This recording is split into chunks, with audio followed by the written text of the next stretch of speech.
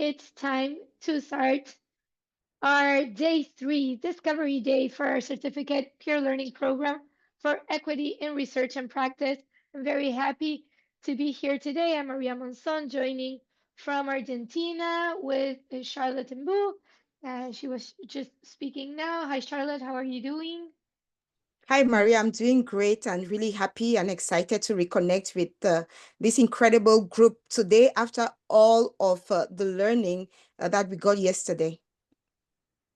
Sure, that is my case too. Very excited, and let's keep on going. If you cannot hear me, please look for the join with computer audio button in your Zoom, and then make sure that everything is working so you can enjoy our session today.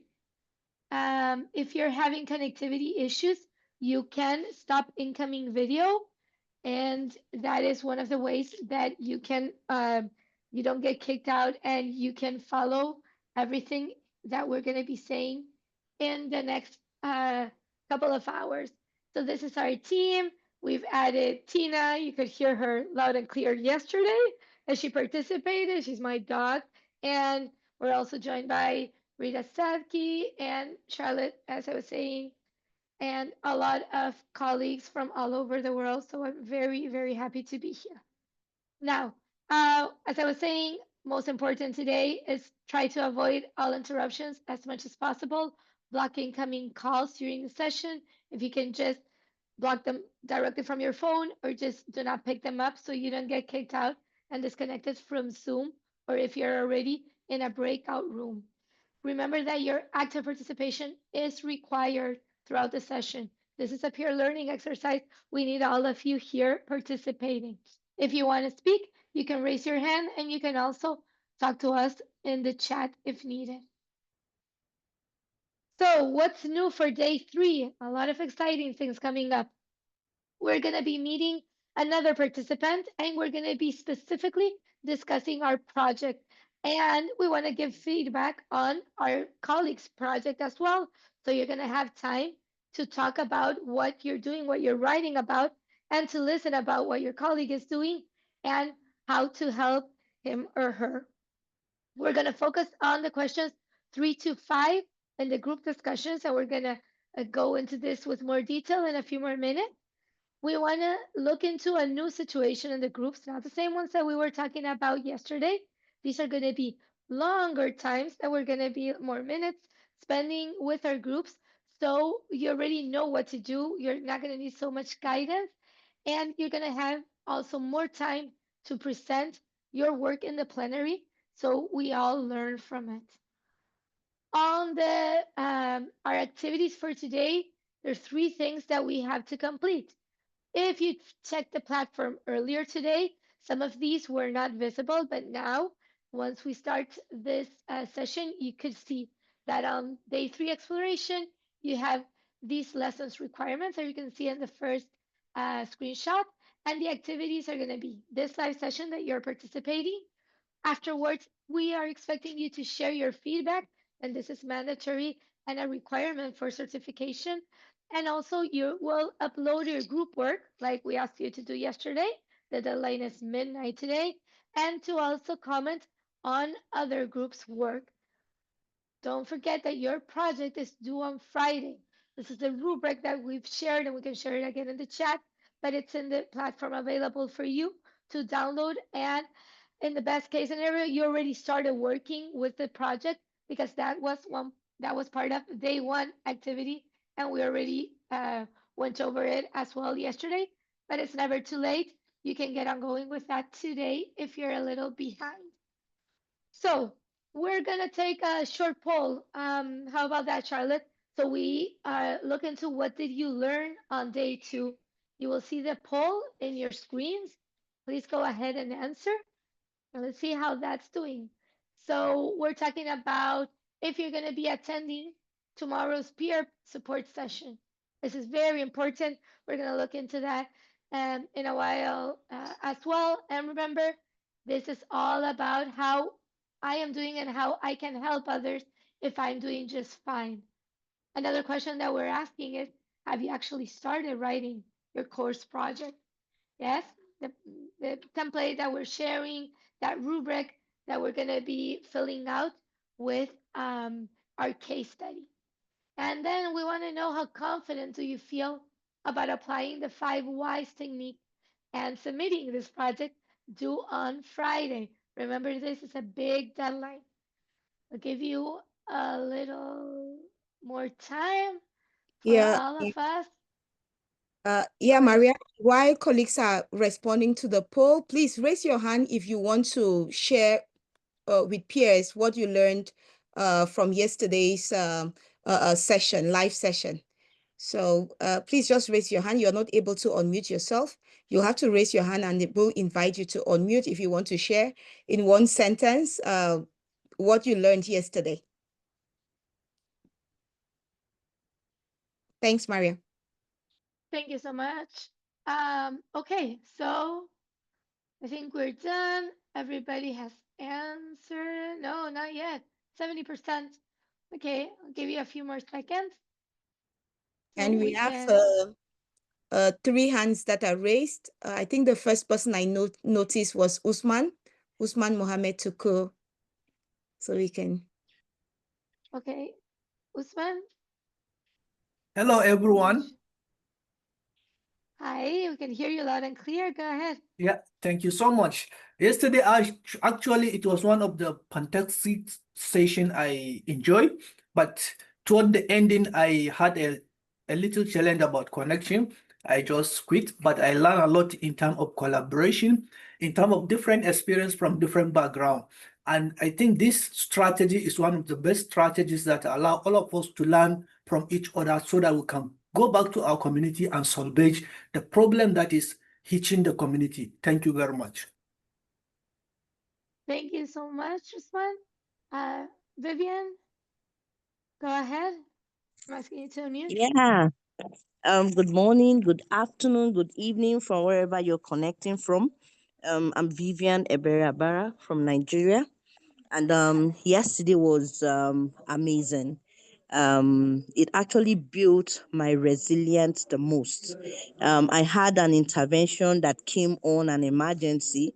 I was reluctant to even leave the group because this like a first experience for me. Really seeing a program that is all encompassing. It drives you, it pushes you, it still gives you the urge to like I don't want to lose this. I stayed up all night. I wanted to meet the deadlines. I was just like on my toe. That's on the part of the learning. And then on the part of meeting people, I met a whole lot of amazing, awesome people. I really didn't know that in the world we're in, we still have people that are empathetic. We still have people that are willing to reach out and touch a soul, willing to say, hey, let's work together. I met awesome people. And then another thing I noticed was regardless of the status, regardless of your class, regardless of your race, where you're coming from, we're all working together in synergy.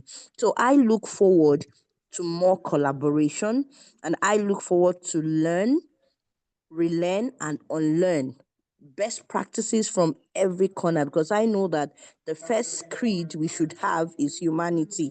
And if I'm able to learn a whole lot, I think the world will be better. And finally, I said something to some of the Africans I met. I told them that this is like a clarion call for us all because inequity is what inequity is what takes us out, we lose a whole lot. In Africa, we don't look out for, we love ourselves, but inequality is a great divide for us. So I hope with this, we'll all come together to bridge the gap of inhumanity and inequity. And we'll also bring in the best practices of do no harm principles and also the DEI approach, diversity, equity, and inclusion. Thank you so much to GFL for this opportunity. Thank you very much, Vivian.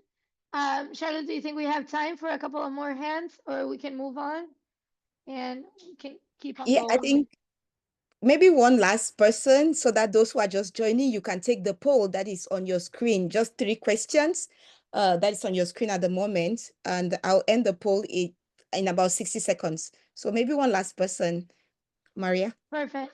Thank you. Ata Samaya, I'm asking you to unmute. You should see it. There you go. All right, good afternoon and good day to you all. Can you hear me? Yes, we can hear Can you you hear loud and me? clear. Yes, we can. Go All ahead. right. Yeah, the yesterday section was actually an eye-opening and a brainstorming one that have shown me the level of capacity of when he comes in time of humanity, the empathy, and the active participation of all actors together. Thank you so much. That's great.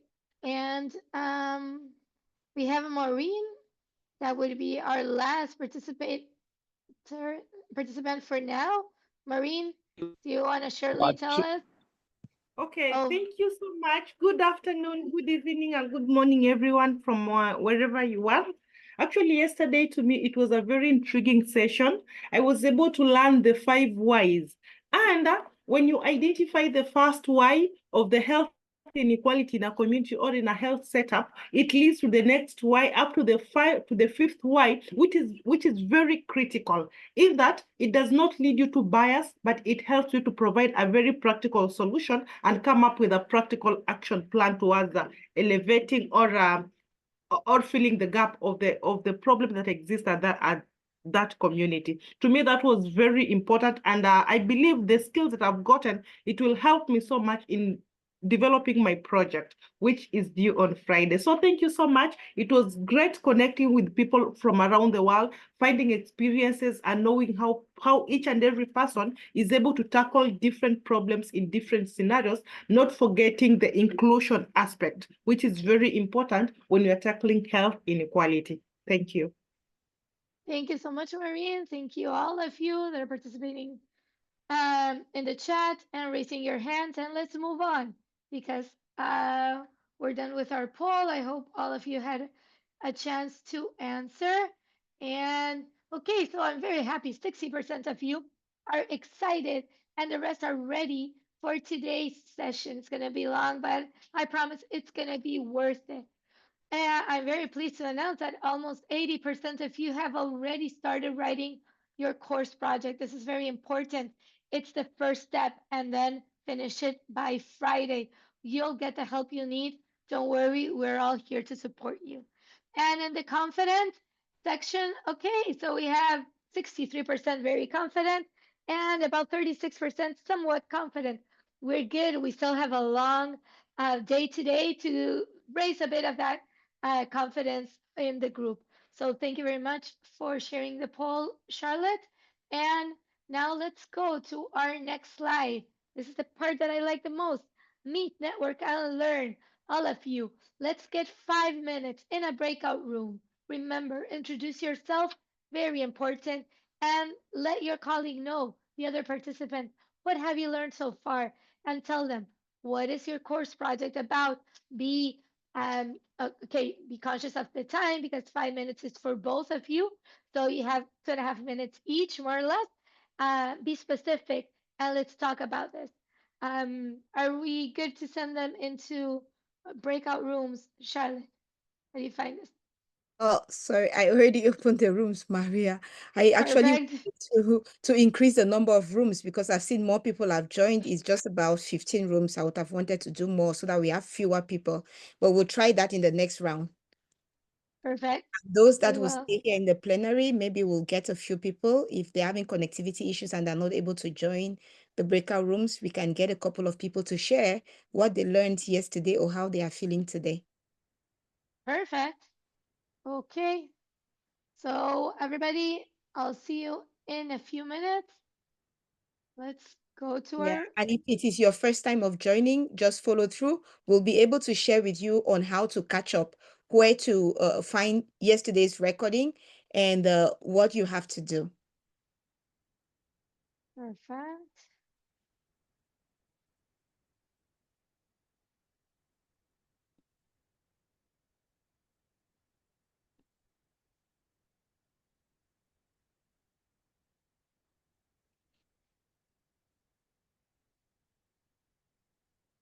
So I see there are a few people that are still here in the main room. There are those that are just joining now and we're not assigned, but there are some that are assigned but have not yet joined. So if it's that you're having, I see Fatima Dauda, whose audio Maria is not on. So it means probably she's not able to hear. Ebrima Baro as well. So can you put up the slide that shows how to turn on audio? But at times also it's connectivity issues. Yeah, let me get to that slide.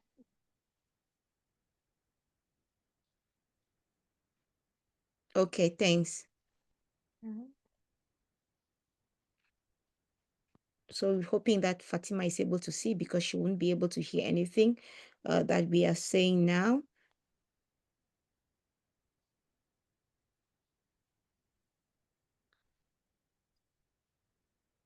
So Ebrima, I don't know if you're able to unmute yourself to tell us how you're doing because so far it looks like you have not been able to join the breakout room. The same goes to Mesha.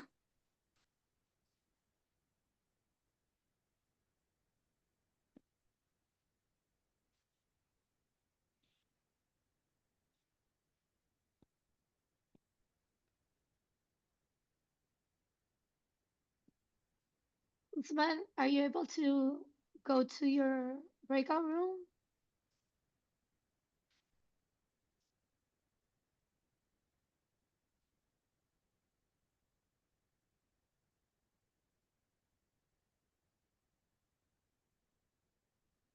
Yes, go ahead. Yeah, thank you so much, Ma. Something happened to our break room, room 13. We just it just I don't know what happened. Just break. Let me send you back in 13. I'll send you Yeah. there. Okay, Let's thank try it you. again. Yeah, room 13 conversation is ongoing in room 13. Yeah.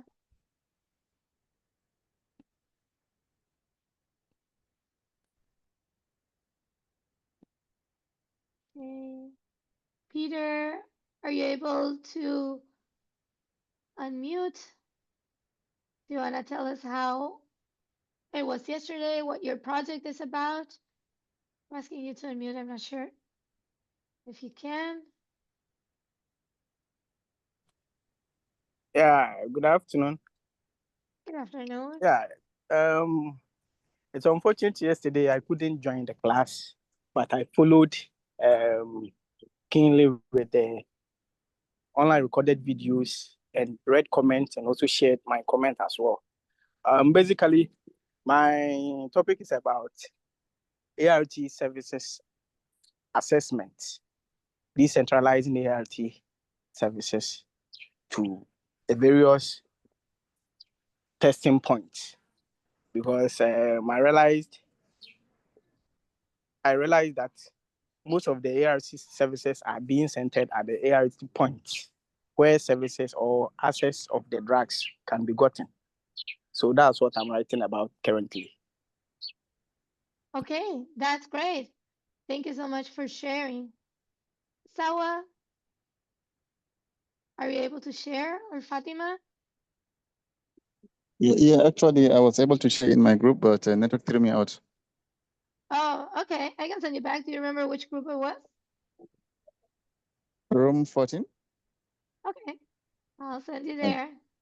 Thank okay, you. thank you. All right. Okay, and colleagues should be getting back to the main room in about 43 seconds. Okay. Sorry, my network isn't stable. It's okay, Fatima, we Can you noticed hear that. me? Yes, we can hear you and we can get from Thank your you. your connectivity is not the best for you today, but we hope you're able to follow. Yeah, thank you. Okay, thanks. Peter, the rooms will be closing in less than 10 seconds, so I think it's best you stay in the room for now.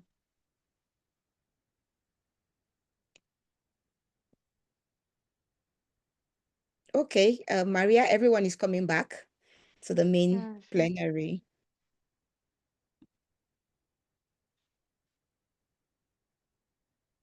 Okay. Happy to have you all back. And let's keep on going then. Okay, so what happens when keep in mind that this is one of the most important slides that we're going to be sharing today. These are the deadlines. This is what we need you to have very clear in your mind and on paper and what you're doing. Okay, so we've started on September 8th. That was on Monday. We started working on our project. We are on day 3. That is our exploration session. Okay, this is time will fly today. This was a mandatory session as yesterday's. We will have peer support sessions a lot starting tomorrow on September 11th, on the 12th, Monday, Tuesday, and Thursday as well. And remember that on September 12th, this is our Friday, you have to submit your project, the project that you started working on Monday and that you continued, or in any case, you are already working on that on your case study on the health equity that you want to your case. Okay, on September 16th, we have another mandatory session. This would be our General Assembly. And here we're going to be sharing our peer review learnings. On September 18th, you will submit peer reviews. Remember that as this is being a peer learning exercise, you will submit your project and 3 colleagues will review it. And you will also do the same for 3 other colleagues reviewing 3 different projects. That submission is required on September 18th. You will start with a revision of your own project, of what your colleagues have given you feedback on. And on the 22nd, September 22nd, this is when you will submit your revised and final project. We will have a general assembly. After this, on the 23rd, this is also mandatory. And on the 26th, we will ask you to complete a feedback questionnaire, and these are all required for certification. Please keep in mind, you all have this in the platform, and we share the slide deck afterwards as well, but this is very, very important for you to have in mind. Let's move forward. So, goals in week 1, and we're on Wednesday, day 3. Monday, we asked you to ensure that you have the live sessions in your calendar so you didn't miss anything and that you already had started working on your project. Tuesday and Wednesday, that is today, intensive group work sessions. Time flies, again, don't worry, but we want you to work on your project. Tomorrow, we will have our first peer support session. This is to help you finish your project. Please join. On Friday, we will have another one. This is to see in the details what you're missing. We want you to finish and to be able to submit it. Remember, Friday is our deadline. And again, we said this yesterday. I want to emphasize on it today. 7 top tips for success. You have to make time for learning. We're all very busy professionals. We're working in a lot of things. You need to make time.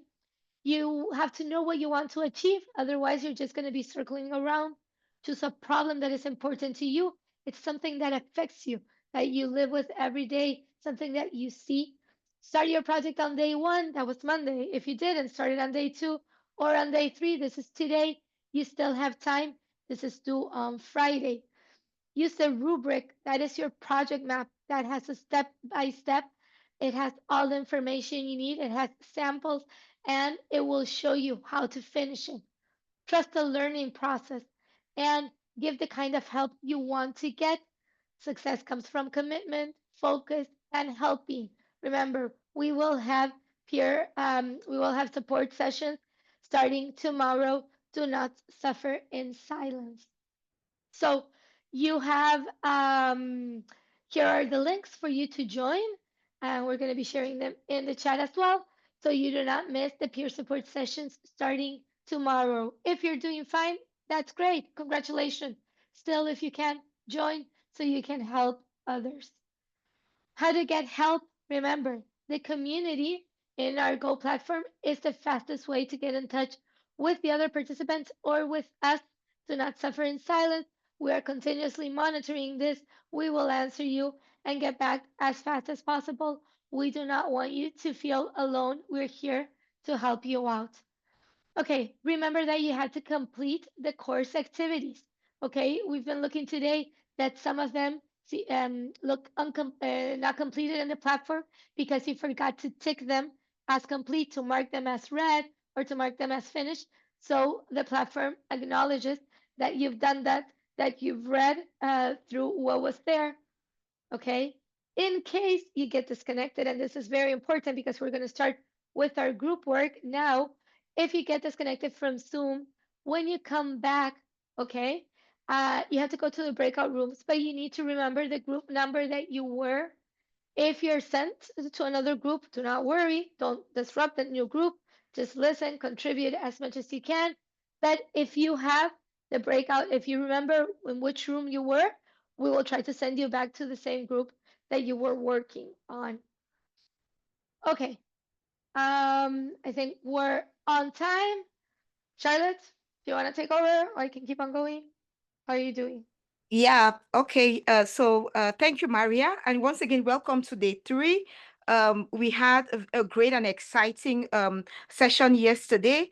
And from your responses to the poll, we believe that the session was as satisfactory for you as it was for us, and a great learning experience as well. So next slide, please, Maria. So we want to first of all start by honoring all those who attended yesterday's session. And I'm getting an indication that I should verify my connectivity. So I hope you're able to hear me well. And just so you know, yesterday I had issues with connectivity. Maria had an issue with her audio. So if at some point you're not able to hear any of us, please do not panic, do not worry. Just know that we'll be getting back to you as early as possible. So if you were not able to attend yesterday's session, like I saw some people comment in the chat, you can watch the recording. And I want to congratulate the colleague that was not there yesterday, but took the time to catch up on the various tasks, watch the recording, and catch up on the tasks that you have missed so far. But I would like to encourage you, focus on working on writing up your course project. So the link to the recording will be added to you in the chat. So next slide, please. All right, so what did we learn together? So we got, you were asked after yesterday's session and before midnight to share your feedback of what you learned, what you gained during yesterday's session. And before midnight, by midnight Geneva time, Central Eastern time, we had 51 responses. You can see the complete slide deck of your feedback. It's on the Go platform. But what did we learn from what you share? What did you tell us that you got from yesterday's session? So what changed during day 2? Based on what you shared, you said you were able to expand your understanding of health equity, understanding of health equity is cross-cutting, the development of system thinking skills, critical thinking skills, I saw that appear somewhere, acquisition of concrete tools and framework to address inequities, increase professional confidence for difficult conversations, and then also the power of personal storytelling for deeper equity analysis. Yes, we got some very compelling and some very touching stories from colleagues yesterday. So this on the screen, you'll see examples of some of the quotes. There are so many of them. You'll get to see them in the full feedback deck. But this is an example. But I want to pause at this moment, maybe just to invite one person to talk, to share. If you can raise your hand, the first to raise your hand to share with us, you know, your own personal feedback or experience from yesterday's session. That would be great. So the first to raise your hand, I'll be delighted to invite you to unmute. If not, we can move forward, Maria. And I'm seeing the comments that are in the chat. Okay, next slide, Maria, please. Okay, so we'll have to go back to the breakout rooms for another meet, network, and greet. So maybe when you go back, you talk about your situation, your course project. And just so you know, for these meet, network, and learn sessions, each time we send you to a new room so that you have the possibility of meeting as many colleagues as possible. It is when the group work itself will start that you'll maintain the same group. So for now, don't worry if you're sent to a different group. It is so that you have the opportunity to meet more and more colleagues. So I'm going to recreate the rooms and I'll take them up to 20 or even 30 this time around. So, and it's the same 5 minutes and we'll be getting back here in 5 minutes time. So I'm opening the room now. And for those, if you're not able to join your room because of connectivity issues, you can remain here in the plenary with us and get to introduce yourself and network with colleagues that are in the plenary. So I'm opening all the rooms now.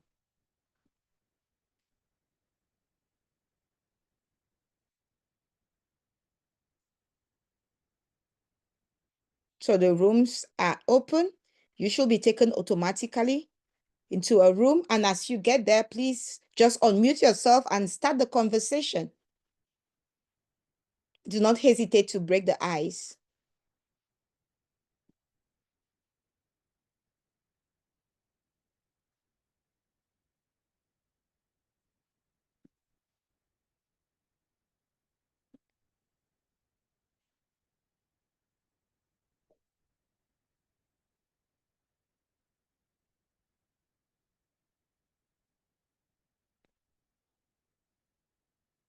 Okay, so Maria, I see we still have maybe some of the same people and different people that are still here in the plenary. Yes.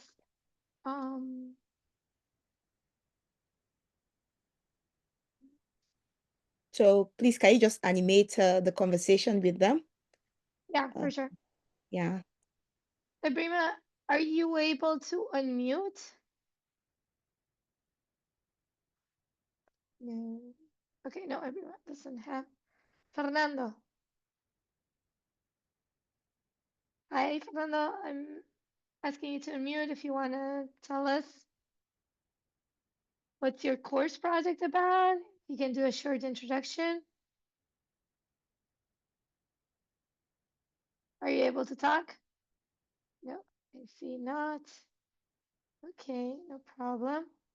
Delise Hangi Bahati. Sorry for my terrible pronunciation. Can tell me how to do it. Okay, no problem. How are you doing, Dr. Sambo? Are you able to unmute? Are you able to share with us? What is your course project about?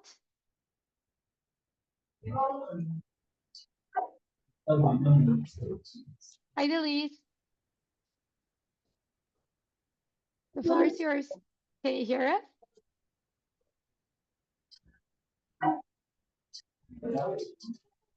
Delise, I think we're having. Hi. Oh, there you go. Hello. How are you? Can you do a quick introduction and tell us what your course project is about?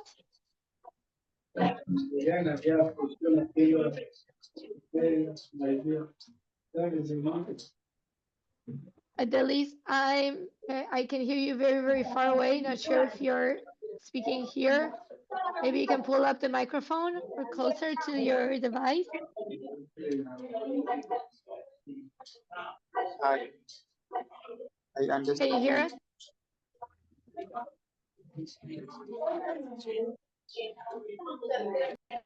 Are you able to talk?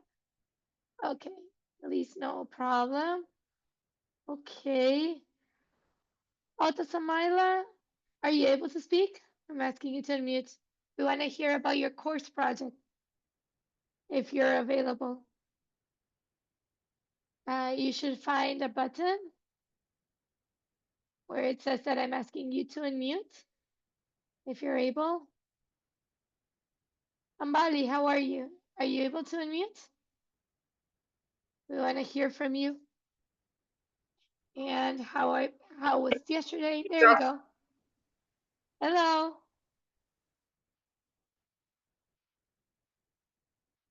Can you hear me? We cannot hear you, Ambali. You went back into mute. Are you able to speak? It's okay. Ibrima? Oh, there we go, Ambali. Are you able to speak? Okay. Abrima, okay, I just lost you. Yeah, There we go. Hello, how are you? fine, thank you. How are you? Oh, good, thanks. Can you introduce yourself and tell us about your course project? My name is Ibrima Baro. I work in the Gambia for the EPI program. Currently, I'm doing, my background is public health and mainly immunization for the passes. However, I've also worked as an M&E officer for the National Human Rights Commission. And I have learned that, from the previous, especially yesterday's group work exercises, that most of these inequity issues that we discussed at preliminary were mainly issues that we took for granted and normalized. However, once it is noticed and there is commitment from the team, according to some of the examples of the project or coursework that was given by some of my team members, there would be concrete actions to address these issues within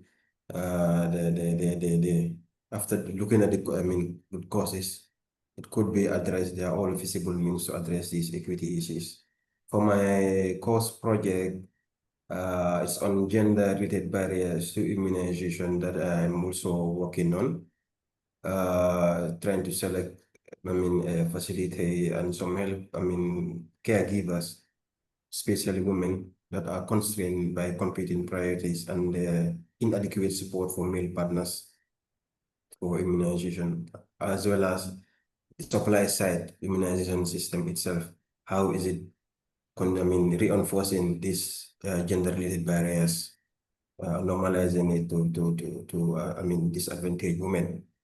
That is what I am looking at in my this course project. And once these issues are highlighted, jointly dialogue between the caregivers and the healthcare workers, solutions can be come up together to join call of action to address these issues. Thank you. Thank you so much, Abrima. Thank you for sharing. That was incredibly interesting. We have everybody back from the breakout rooms. So, Charlotte, how was it? We're there. How did it go? I succeeded just to stick in one breakout room where I saw that all microphones were closed, and I got to listen to Liba that was sharing his course project, what he's going to be focusing on. I noticed that there was a particular room where no microphone was open, but since it was just 5 minutes, we're totally out of time. But I just want to encourage you, if you're just joining today program. Oh, Maria, are you able to hear me now? Yeah, you just broke up for a second. Keep on going. Yeah, I just noticed Zoom notified me about the instability. So I was just that yeah, there was conversation in most of the room. It's just one room that I noticed, colleagues, that when we start the discussion, the group discussions, because all of those discussions are focused on you, are there to help you to develop your course project, to write your course project, which is the main deliverable for the exercise. So it's very important and valuable to be for you to contribute actively in the discussions. And so please, today you are going to be in different rooms. Forget about your rooms for yesterday. Forget about the colleagues that you worked with yesterday. Today you will work in different rooms. You probably have a different room number. You'll have to choose a different note taker. So don't worry about the room numbers for yesterday. And I think that is the next thing we are going to be looking at, Maria. Yes. What we learned as a group. So next slide, please. Okay, so here is just recognizing all those that submitted the personal feedback in the previous slides. So congratulations, all the 16 groups, all the 16 groups submitted their note takers template. Some submitted a little bit late, but we would like to congratulate you. And what you were able to develop as as notes for the group discussion show that that there is you have a great capacity of producing knowledge in a very short time. So it's like some people were saying, oh, it's going too fast. But even with the short time allocated for each of the breakout room sessions, you were still able to produce very qualitative notes from the group work. And for that, I want to congratulate all the 16 groups from yesterday. So there is a summary of of the feedback that is available on the Go platform, and let me see if I can quickly share the link for you. If you have not seen that, I'd like to encourage you to download that feedback and go through it, because there you will see very useful guidance, very useful feedback that will help you as you write your project. So I'm sharing the link in the chat for you. I see Modupe is saying the Go platform is not loading. The Go platform is loading for me, Modupe. So you may want to check your connectivity, please. And at times you may have to refresh the page or to clean up cookies. So I don't know if Reda, you can, I know you have some ideas on how to do all of this. If you could share some guidance in the chat, that would be very helpful. But from experience, Modupe, if you're having any issues on if you're having any issues with loading the Go platform, it may be your cookie settings on your browser. So you may want to check those as well. So like I was saying, in the feedback, if you download it, you should be able to see our team's feedback. That is, you get a summary of the case that was discussed in the group, the analysis of the root cause, and then the names of the contributors, as well as the feedback from our team based on the note takers template guidance and also the rubric. So if you could go through all of that, I think there'll be so much for you to learn from there, especially when it comes to the analysis, the root cause analysis using the 5 why technique, and also connecting the cause, the root cause that you determine with the action plan. So basically, that is feedback that you'll get that will be very useful for you. Okay. Next slide, Maria, please. All right. So a lot of networking today. And the reason why we have this networking, and I think for this final networking round, since there have been indications in the chat as to time constraints, I think we are going to send you back to the same rooms for these 5 minutes. But as I said, when you go to when it will be time for the main breakout rooms, we'll recreate new rooms, so you can go back to discuss potentially what you learned from the group discussions from yesterday, and also to talk about your course project, how the group discussions may have helped you as you are writing your course project.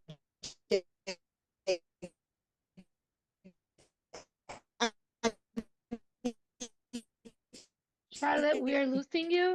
I'm guessing your connectivity is still Attend unstable. yesterday, please just follow you. Yeah, so Maria, if you're losing me, please, can you just take over?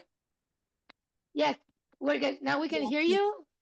Yeah, so please just take over, and I will open the breakout rooms.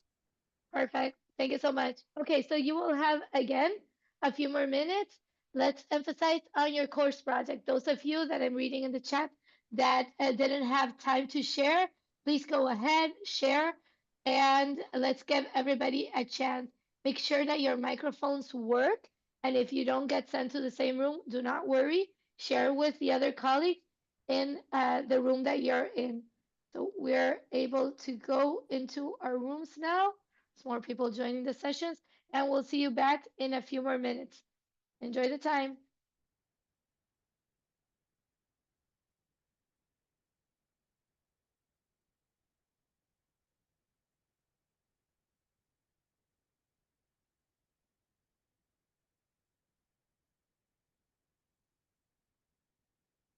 If you're still here, please go to the assigned room that you have. You should see it in your screen.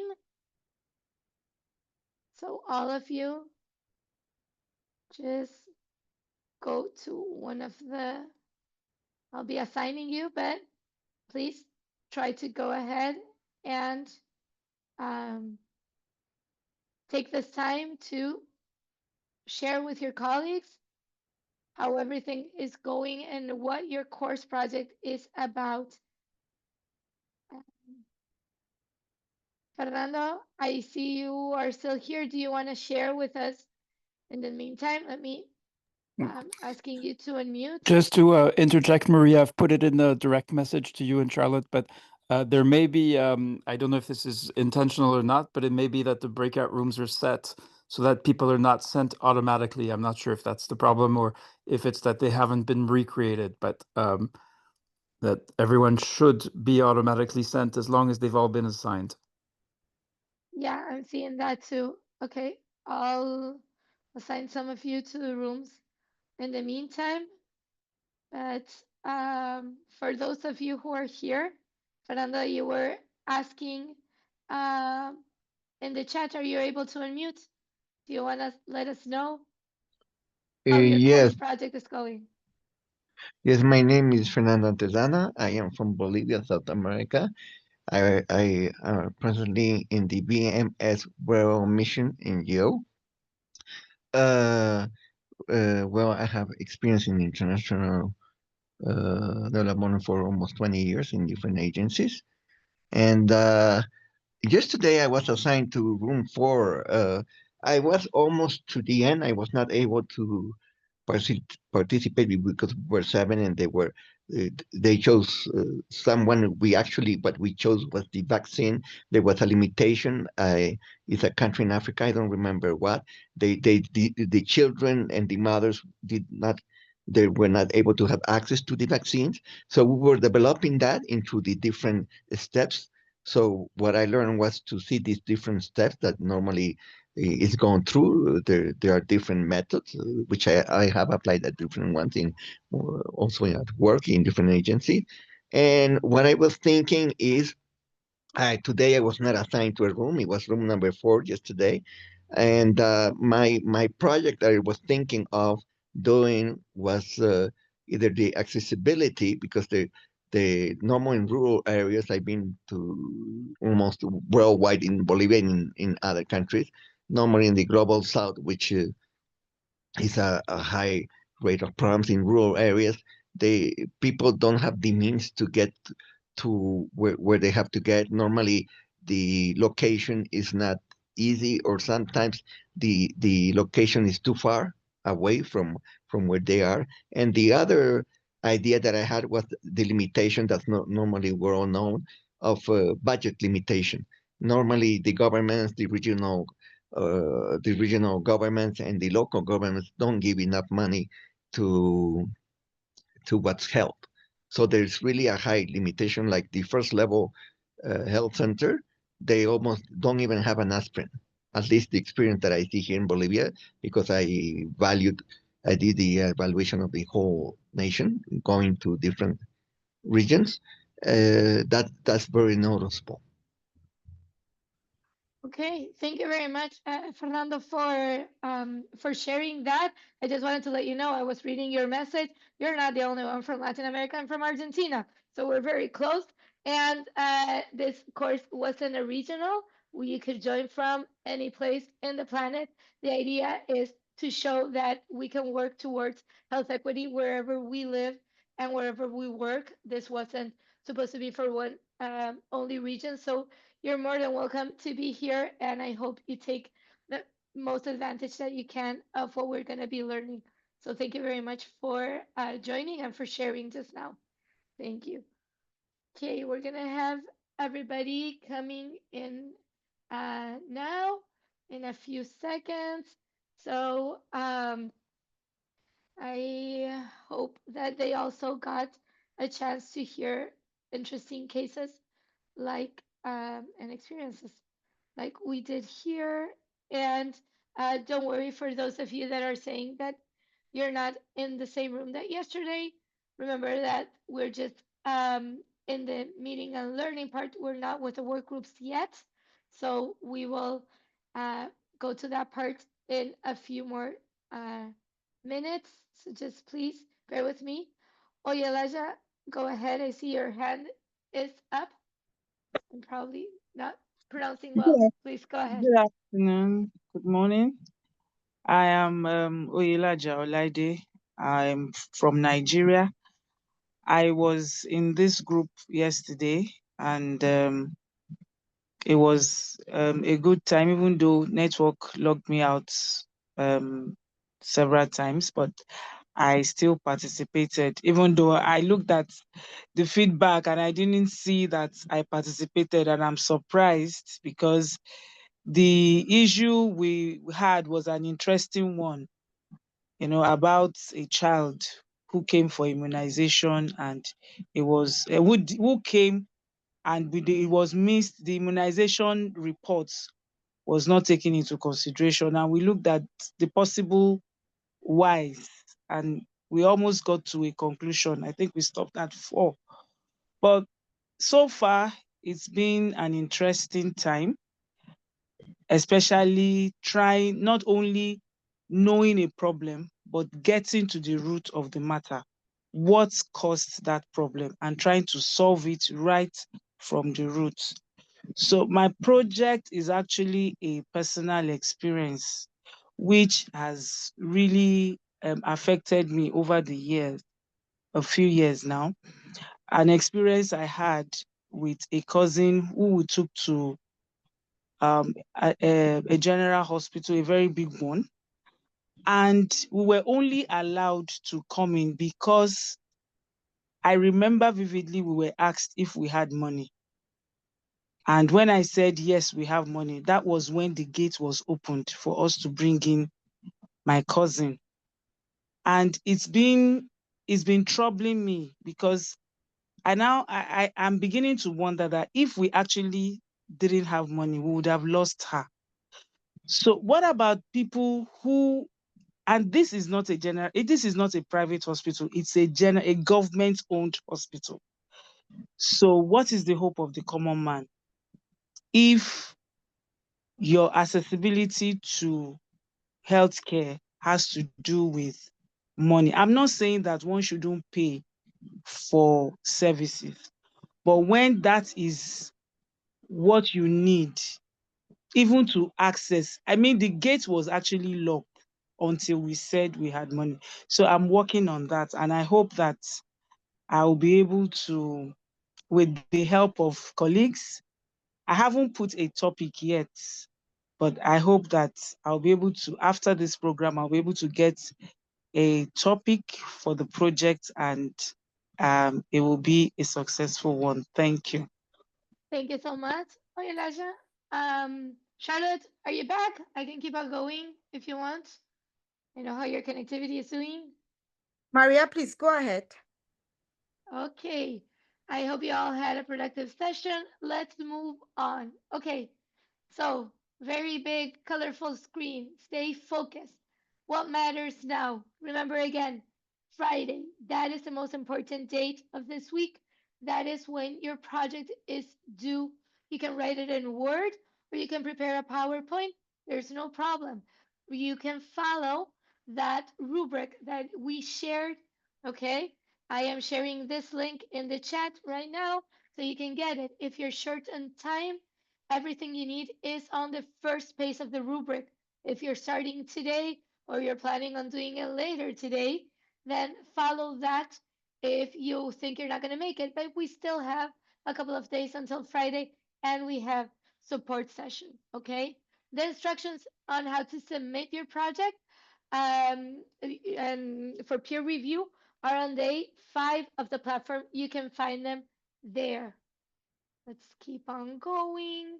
Okay, continue writing your course project today. The rubric contains all the instructions. We already went over there. It's a detailed step by step to help you write it and to give you all the details that you need to put into. Remember that this project is going to be read by a colleague to give you feedback. So it has to be as specific as for somebody who doesn't know your context to understand the situation you are describing. Okay? Do not miss the peer support session. Okay, get help to finish your project, and if you're doing well, then come and help somebody else. Okay, let me share this link in the chat as well, and let's keep on going. So somehow this is a bit moved, it doesn't matter. Okay, 5 steps to write your course project. Okay, first step, you need a clear story. Okay, your project has to start with a very true specific story of some kind of unfairness, of inequity that you've seen in your work. Okay, you will describe what was happening or where you were, the context. You don't have to go into history or anything specific. Tell us what you know about the city that you're working in or about your country. Okay, so this is going to show us why the problem happened. Second step, it goes into the deep analysis. Okay, you have to go deeper than what the problem would look in the surface. You want to find the real, what was the reason? What is the root cause? We were talking yesterday about the root cause analysis. What happened for this unfairness to happen or to appear?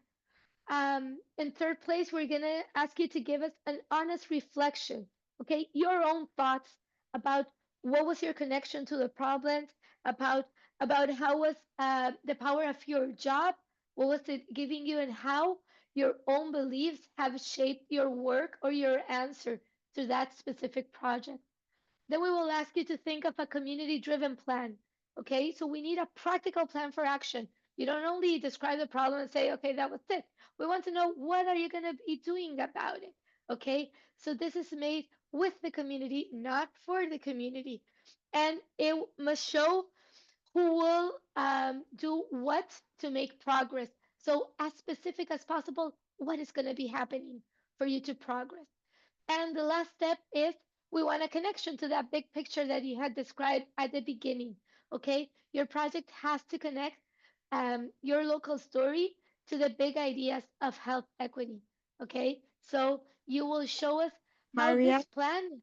Yes, go ahead. able to see your screen because someone else has started sharing. Oh, I didn't know that. Let me share again. Okay, it's okay now. Yeah. You can see there. Okay, sorry about that. I didn't realize. And so that was our last point. So the connection with the big picture.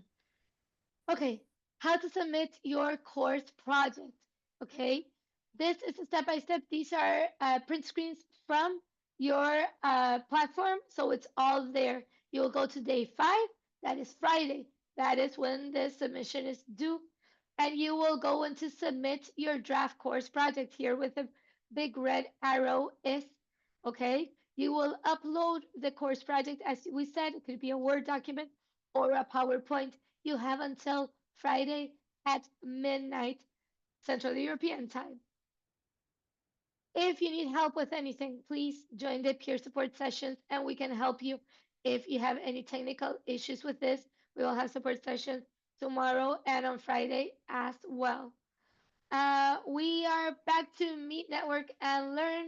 We could go in for another 5 minutes. How do you think we're doing on time, Charlotte? Are we able to go here? Think we can, and let me just I think we can go ahead with the group work. okay, then let me move on a bit. Okay, so let's go ahead with group work, and you will still have time to meet and learn from each other. It's just that now we were going to ask you to focus on which is the group, and here we will send you back to the same room that you're assigned today. They're different from yesterday. Remember that. Forget about yesterday's number and your colleagues. These are going to be new ones. So also download the note taker template. I'm sharing it here in the chat as well, so you can have it handy for when you start. Once you have this, and give me 1 second, here you have it in the chat. Please go there, uh, add your breakout room first. Remember, you need to decide who's going to be the note taker. Do this fast. Remember that everybody has responsibility, but you need to take and to help out the note takers and you need his or her contact information. Okay, then you will select one of the participants' story. So share shortly what your story is about, and you will select one to work on for today. And then we will ask you to answer as many as the questions as you can. Okay. Uh, so getting ready for group work. First, remember, when you work together, that's the best way to learn from each other. Okay? Again, the note taker is the first thing that you have to decide on. That person will need a computer. Okay? The template I just shared in the chat, you will not be able to do it on phone. So just be thoughtful of those who are joining from their phone. They won't be able to be the note taker, and you have to quickly pick one situation. So share shortly which of what are the works that you're doing, all of you in the group, and select one. Follow the instructions. It's all in that template that you already have in the chat. Okay. If you do this quickly, this organization step, then you will have more time to discuss all the questions that we want you to do. So um, this group work will help you practice for your own course project, of course, because you will share your experience to help the group understand the story. You will listen to your colleagues, very, very important, with respect, give feedback. If you're not speaking, please mute yourself. Microphones usually, and I know that for experience, of course, bring out outside noise. And if your microphone is not working, then you can still participate actively by writing your comments in the chat. Do not miss out on this. The certification requirements for you to get certified here is for you to be an active participant, and this will be verified by the note takers. Okay, your name has to appear in the group discussion notes. There's a place where it says who was there and who was participating.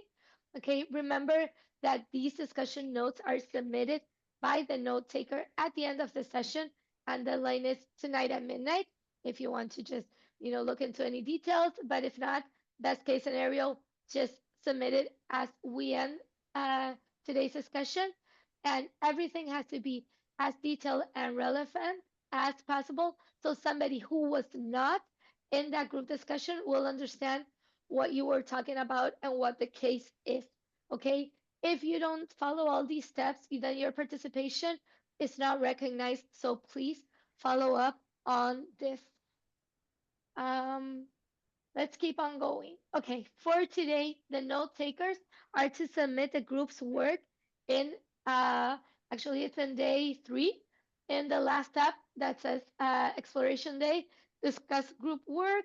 That's where you will scroll down. You will create a topic, and then that's where you will put your feedback.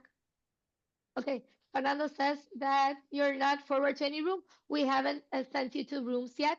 So just bear with me a few more seconds, and then we will send you to the feedbacks, to the breakout rooms. Sorry, do not worry.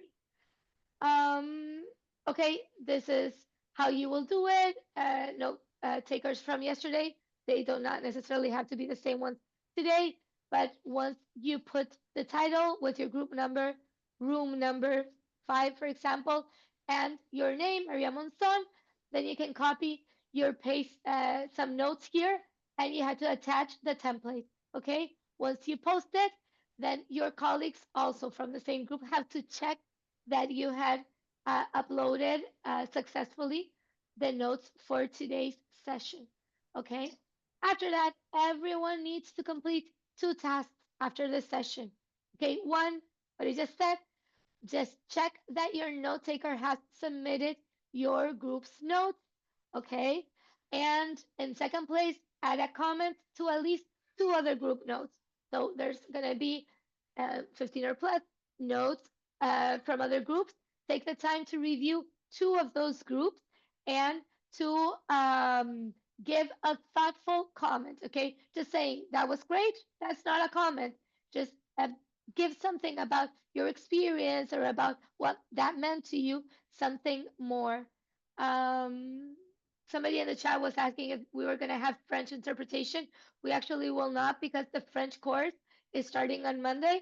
We will share the link with you in the chat in a few more seconds if you bear with me, but this one will only be in English. Okay, in case you get disconnected from Zoom, that could happen, an incoming call. That's why we were saying try to block those out, or connectivity issues that we all have. Please remember your group number. If you rejoin in the main session, you can tell me I just got disconnected. I was in room 13, and I might be able to send you back. If I'm not able to send you back and you get sent to a different room, don't worry, just participate actively in that new room that you're sent into. Okay, so you will have for the first round 15 minutes. Okay, you will get to introduce yourself, to choose a note taker. That's the main thing. Select one person's story. Remember, just tell us shortly what the stories are, and then you will choose one. You will summarize the situation in the notes, and you will discuss the group's feedback on the situation. All this is part of the template that you're going to be following. Okay? So I think we're good there. We can go to the breakout rooms. Okay, so everybody will go automatically to a breakout rooms. Remember, they're not the same as yesterday. Okay, Charlotte, whenever you're ready, then everybody's I've already launched the perfect. rooms. I've already Great. launched the rooms, Maria, but I just think my connectivity is so slow now. No So people problem. are already, yeah. Thank you. And there are some 12 people that joined. They are going on in and out because of connectivity, that are here, that are unassigned. So they are here in the plenary. So we'll see if we can work with them here in the plenary. Maria, if you can work with them here in the plenary, I'll do the rounds Perfect. of Okay, that sounds the good. breakout rooms. Yeah, of course. Thank you. Okay. Please let's raise your hands and share one or two stories for those of you who are here and are not in one of the breakout rooms because you haven't joined or because of connectivity issue. We will still work here. So I would love for one of you um to be the note taker so you can take everybody's name and we can work here like we would if we were in a breakout room. So maybe Maureen, are you able to be the note taker if you're having a computer? If you're able to, I would really appreciate because there's a lot of us. There's 15 participants here, and we need to do as well the group work. Deborah, maybe are you able to be the note taker? We need a note taker so we can start. Aminu, yeah, go ahead. Maria, I wanted to suggest, is there a raise hand? I wanted to suggest that you could share the template on the screen. That way, participants can use it as guidance, and they can share if someone volunteers to share their situation, colleagues can actually be typing also in the chat, and then you just copy and paste in the template. Let me just open the template so I can share it. There's nobody, okay, nobody is raising their hand or anything to participate here. So I'll just be, I'll open the template, but I still want you to participate. So everybody can, can, take advantage of today. So please, oh, you're not doing this screen. Okay. Maureen, are you able to unmute now? You participated earlier. And I just wanted to, are you able to speak? Hey, Maureen. Let's see, Deborah. I'm unable. You're multitasking. See where it was disconnected. Which room? Okay. Oh, Elijah, are you able to speak? Do you want to tell us? Do you want us to work on your story? Hello. Yeah, go ahead. Okay, like I was sharing earlier, the Yes. story I have is about a government-owned hospital that I took my cousin, and we were not allowed in until we confirmed that we had money to pay. Yes, she was attended to, but on the line were other patients who brought in emergencies. And because they couldn't confirm that they had money, the gate was not open to them. So it's giving me worry that so an average man or a common man, and my market, it's a government hospital. This is not a private hospital. We paid heavily, nothing was subsidized. Things were rather expensive, and we ended up leaving the hospital with a huge bill. So what is the fate of the common man? Those that were not allowed to come in had to take back their patients. I think that is not fair enough on others. And that's actually what I'm working on, to see how governments can do things in a way that everybody will have access to healthcare. It's not about, this is government, not private. So I don't know. That's what I'm talking about. I don't know whether it fits in to be used here. Thank you. Okay, so I'm sharing. Thank you for sharing your story. So this is a rubric, okay? Remember, so that's what you just told us. Can you tell us a little bit more about the context or about the bigger picture, or we can go into the root cause if you prefer? Oh, you're muted, but let me. You can unmute yourself now. Or Maureen, are you able to? I think we lost Maureen. Are you able? No. Okay. No problem. Oh, sorry. Oh, Elijah, are you able there? Yes, I can Okay. unmute now. Yeah, there we go. The bigger picture, this is not particular to that hospital, because it happens all over. It's not, it's common. It's common. And I think it's about policies.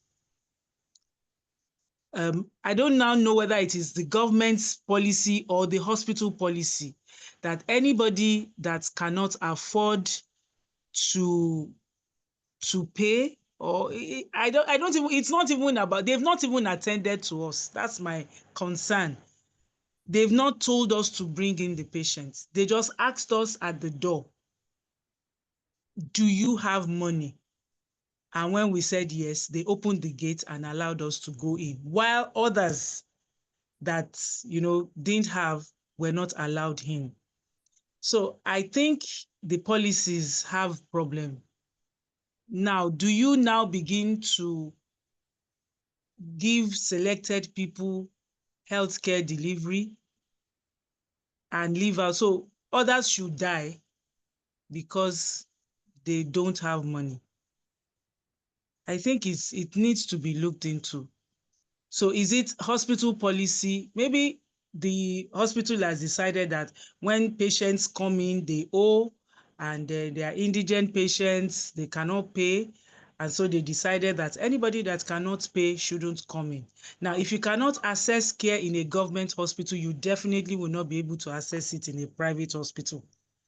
So that is a great concern for me.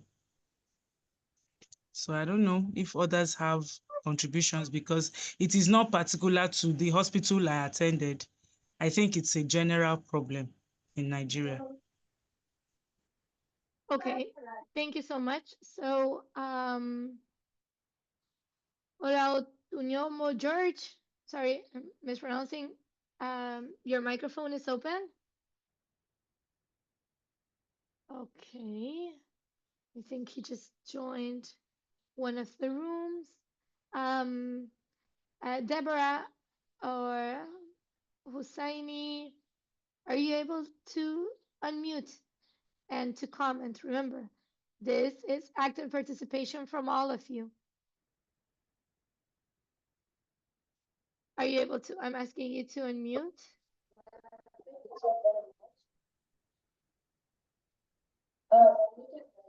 There you go.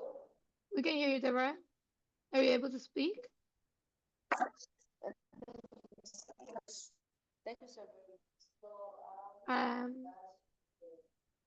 I cannot hear you. I'm not sure if you're speaking into the microphone, Deborah, or you just have noise around you.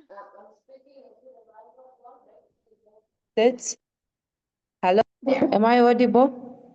Yes, now you're audible. Thank you. Now you can go. Can you comment? Okay, thank you so very much. So, Yeah. okay, thank you. Yes, so I'm commenting on the area discussion on how people are unable to access healthcare services due to challenges with finances. Okay. Is, Go ahead. is that okay? Yes, yes. You can Yeah. comment. Yeah, so when you look at the issues to do with access to healthcare services, sometimes they go just even beyond financial having financially stable that they can be able to pay for the services. So sometimes it may be in government, and sometimes it may even in private facilities. Sometimes it may be due to the attitude of the health care providers that somebody may find on duty. So it is very unfair that people should be able to be refused to be given healthcare services because they are unable to meet the finances. Because most of the time you find that these are emergency, and basic healthcare services should be accessible to everyone. So mostly it has to depend on the policies, the government policies, because the governments are the one that drive some of these things. And you find that the payments that are needed by the facilities, they are coming from the government itself. Maybe looking at the way we are staying in our communities, I think it may be helpful if you may have the health insurances that they do introduce, so that at the time when you are going for the service, you have the card that shows that you have this health insurance. But also they should be normal healthcare services that somebody may access with or without the health insurance, because we have different financial muscles, and also we have got different communities. There are some community that are very poor that cannot manage to have any finances. There are some communities that have a lot of finances, and you can also observe this by the way the healthcare facilities are cascaded. You find in a community that has got a lot of people highly populated or densely populated, you find there's just one facility. But when you go to the places where people are well to do, you find that there are more than 3, 4, 5 facilities, and there are also a lot of private facilities, and they don't even need to queue a lot to be able to access facilities. So it borders much on what the government feel is ideal, and how we can be able to approach the stakeholders and the government to look at how we can equalize access to healthcare services with or without finances by that individual, because everyone has got a right to life. I think that's my comment on your submission. Thank you. Thank you very much. Deborah, anybody else? I don't see any other hands raised on. Anita, are you able to comment? Dr. Sajal? Usman, I'm asking Deborah, you can go back.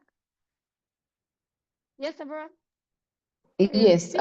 so I wanted to find out, are we also allowed to share our own ideas for the project? Of course. Yes, this is a group work. We get to share whatever um, will make your project better. So go ahead. Okay, so my idea of the project is on healthcare services to hard-to-reach communities.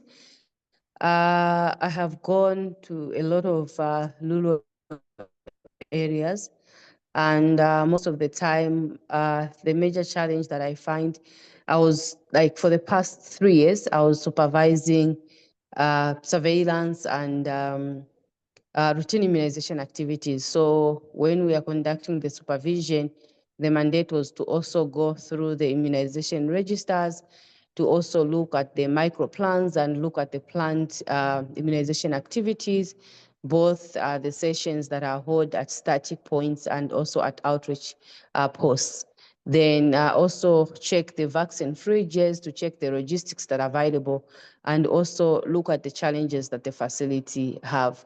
So of interest is this one community that when I went to the facility, as I was discussing with the people that are in charge of immunization for that facility, they brought to my attention that there's this one community that is almost more than 20 kilometers away from the facility.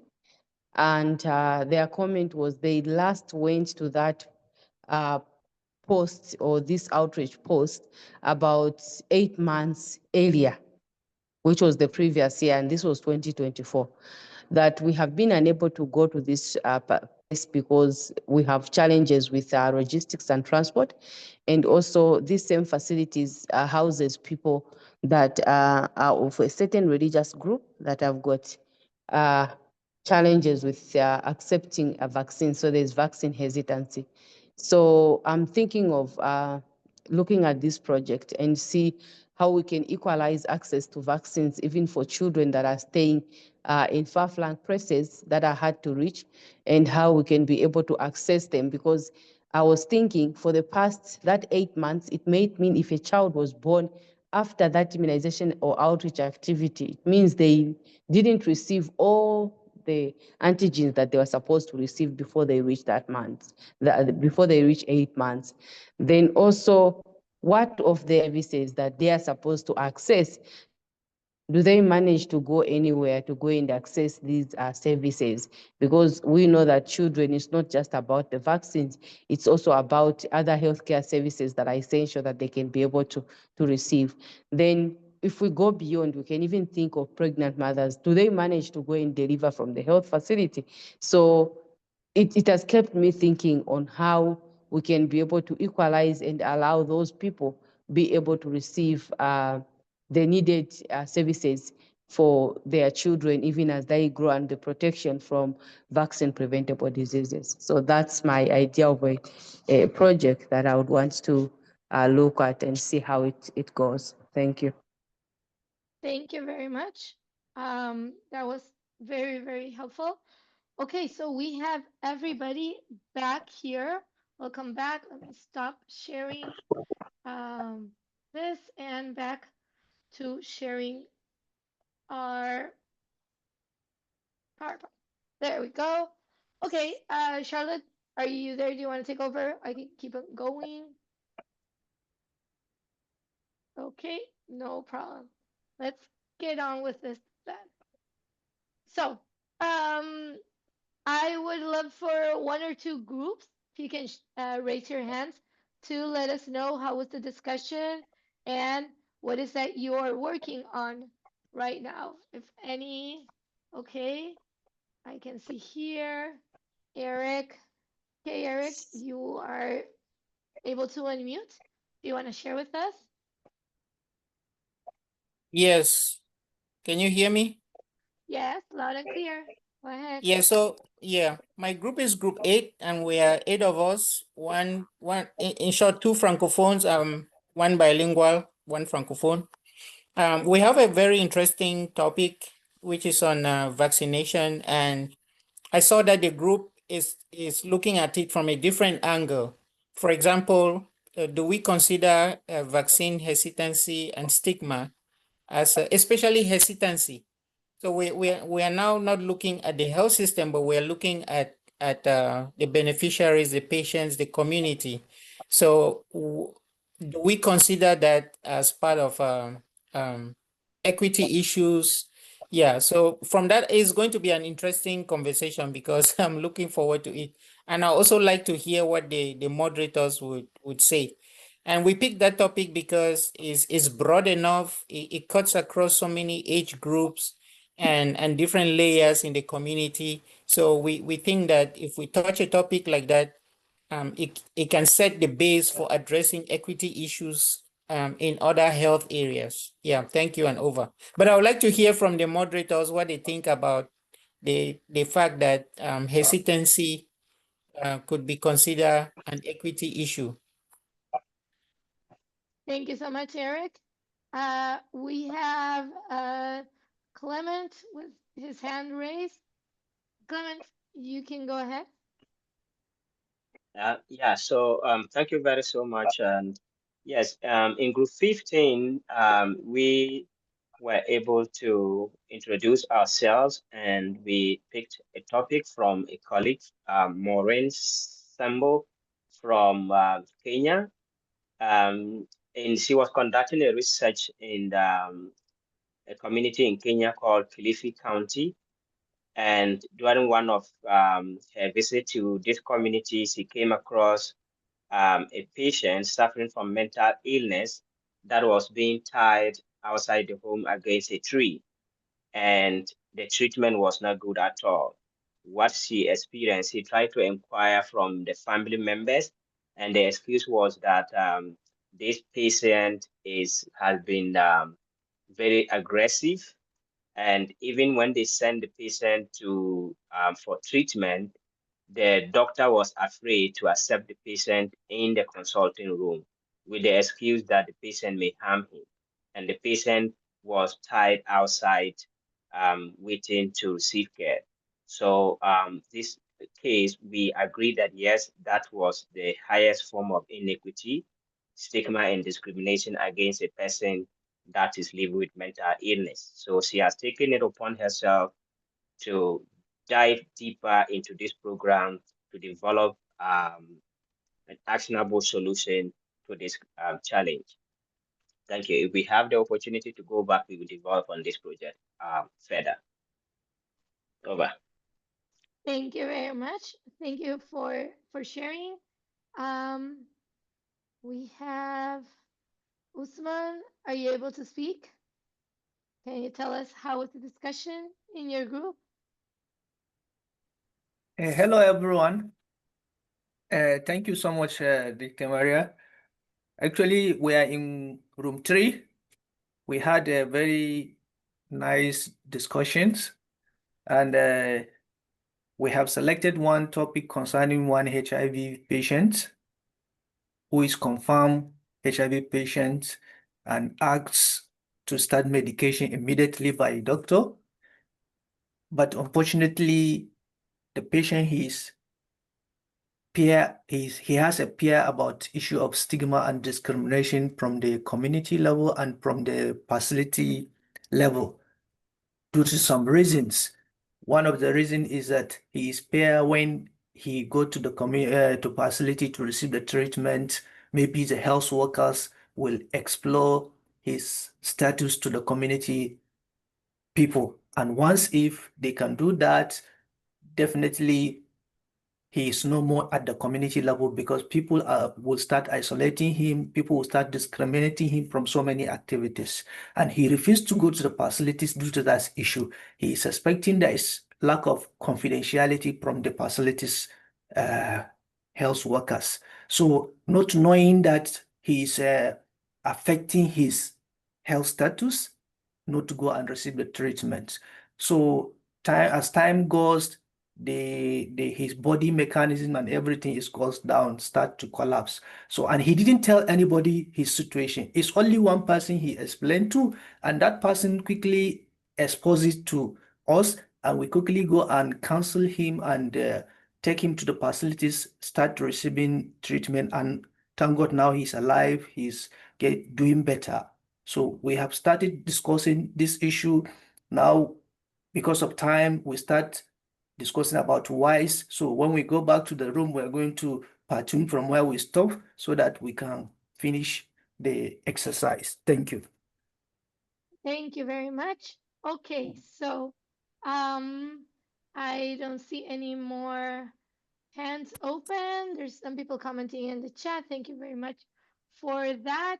Now, we will go to our round 2 in the breakout rooms. We'll have 20 minutes. And now we're asking you to summarize the group's feedback on the situation. So do the root cause analysis using the 5 why technique. Okay, you have it all in the rubric. You can follow it there. It's a step by step, and you will know how to complete it. You will have 20 minutes, same breakout rooms that you were just now. If you get disconnected or you're not in the same room, please send me a message, and we will see that to send you back. If you don't get back to the same room, please be active participating in whatever room you get put in if we're not able to change you. Charlotte, are you ready? We can send them to breakout rooms. Thank you. Okay, we're going now.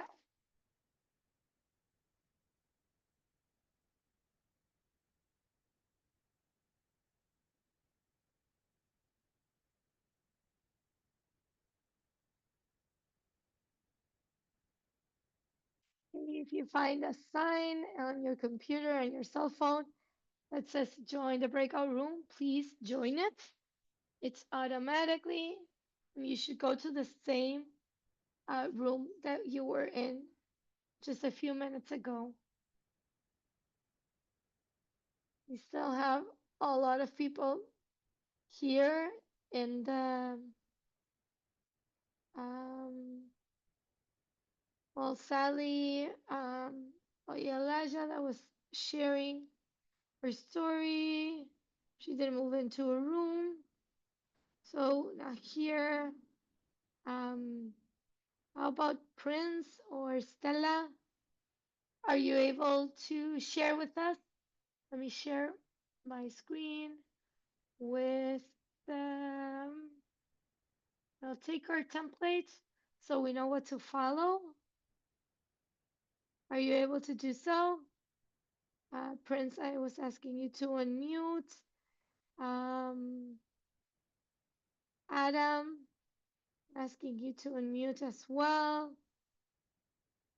And James, remember that this is participatory, so we really want to hear from you. Adam, go ahead. Yeah, Adam Suleiman from Sudan. Not now in a group. I came late. Can you add to any group? Yeah, you can stay here. There's no problem. Or if you remember the number of your group, I can send you back. I think number 1. I'm not sure. Group 1, I think. Okay. Let me send you to that group then. Just give me 1 second that I'm moving things around. Adam, so group 1. Okay. Okay. I'll send you there. Okay. How about Alawiyatu? Sorry for the... Okay. Momolu, go ahead. Your hand is raised. Hello. Yes. Yes. I'm Sorry, in room 7. I was in group 3. I'm sorry. Momolu, you were in group 3? Yes. Let me send you back there. I'm in group Okay. 7. Oh, give me 1 second. Group 3. Alawiya 2. Group 7. Group 7. Yes, Sending you thank you. there. Thank you. Okay. Achachi group 1. Okay. I'll send you all to your groups. Please don't disturb when you get in, but actively participate. Ayano, group 18. Okay. There's no group 18. Sayano Abubakar, there's no group 18. We had until room 15.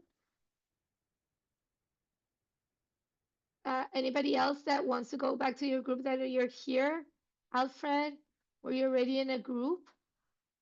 Or put it in the chat so I can send you there. 7. Alfred, you were in group 7. Let me send you back. You can go. You should see the sign in your screen. There we go. Daphne was in group 4. Group 7, please. And group 7, sending Yes. you. There you go. Okay. Bali, group 7. Okay. Bia, Midale, group 23. We have 15 rooms. Could it be a different one? We only have 15. No, there's no 23. Mariam, he's probably talking about the first rooms for the first, meet and yeah. greet, which is different from the group. Yeah, So same. to stay here in the plenary, same 23. It's they should stay here in the plenary. Yes, Mireille, they're different. That's why you're not seeing it. I mean, if it was 15. Zakia, if you don't have a group, stay here in the plenary. The plenary constitutes a group, so you can share your own situation here or contribute to the situation that is being shared. So you will be marked present here in the plenary. Yeah. Zakia, I'm asking you to unmute if you're able to share with us your story. You should see a sign in your screen that says that you're being asked to unmute. Nope. You're not able to. Hussaini Abba, I'm asking you to unmute. So we're going to be discussing here like we were in a breakout room. So if you missed on because you just joined, then we are going to be talking here. Sakia, you can stay here, no problem. We're just going to be talking. That's why I was asking you to unmute. Sayanu, those could have been the first groups when we were doing the meet and learn, the first few rounds in the breakout room. So this is group work. So we only had until up to room 15. But you can say here, Manur, are you able to unmute and to let us know about your course project? I have the template on screen, so we can follow that. Same for Camilo. If you're able to unmute, you should see a sign. Hello? Yes, please. Go Hello. ahead, Manur. My name is Zaino, Nigeria. Okay, go ahead, Camilo. So sorry, I have my network. I'm currently in the field, so the network is coming on. So I was able to rejoin again. The project I'm going to equity. I'm sorry, we're losing you a lot. It is your network, Camilo. I'm sorry, we'll get back to you if it gets more stabilized.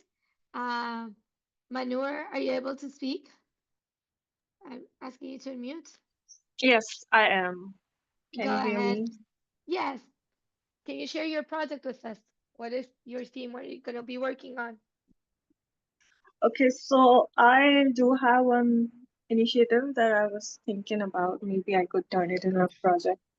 It was Go ahead. okay, so I don't work in healthcare per se, but I have seen these issues in corporate, I would say, or in the NGO, things that women struggle with, or in general where I'm from. I'm basically from Pakistan, especially from Sindh. So there is a lot of gender disparity here that we struggle with. And my project would be to empower women that I know in my surroundings with the legal awareness to pursue their rights. And once they're aware, I think then they can avail all the rights. I mean, they can avail all the rights they have that could also be related to their health, to their sexuality, to their education, and whatsoever it is. So basically, that would be my initiative to provide awareness. Thank you, Manur. Abdullahi, are you able to unmute?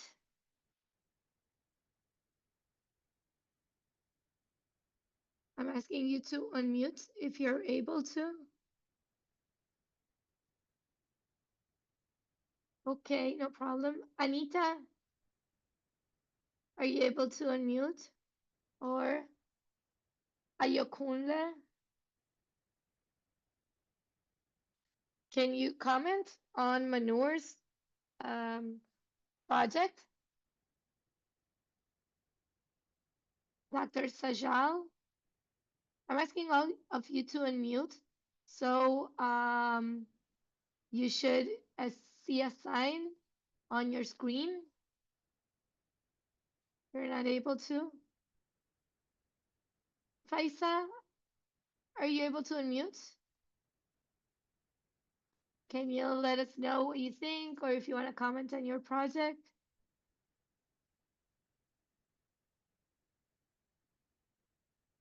Anybody able? Chinjere, your network is kicking you out. Sorry to hear that. You can participate in the chat in the meantime, if that works. Manure. Yes, of course. Please share it. You can share it. Let me unmute you. You can share it with us. Okay, so a lot of people say, why do I go with the legal lens of dealing or moving forward with this project?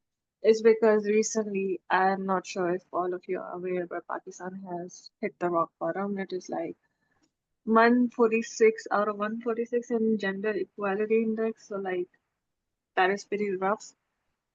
And I have seen in my surroundings, like from an early age, how it has influenced the lives of women, especially around me, because of this thing, them not being able to decide for themselves, to get the education, or because of the social constructs and the whole dynamics that we have here. And especially in my surroundings.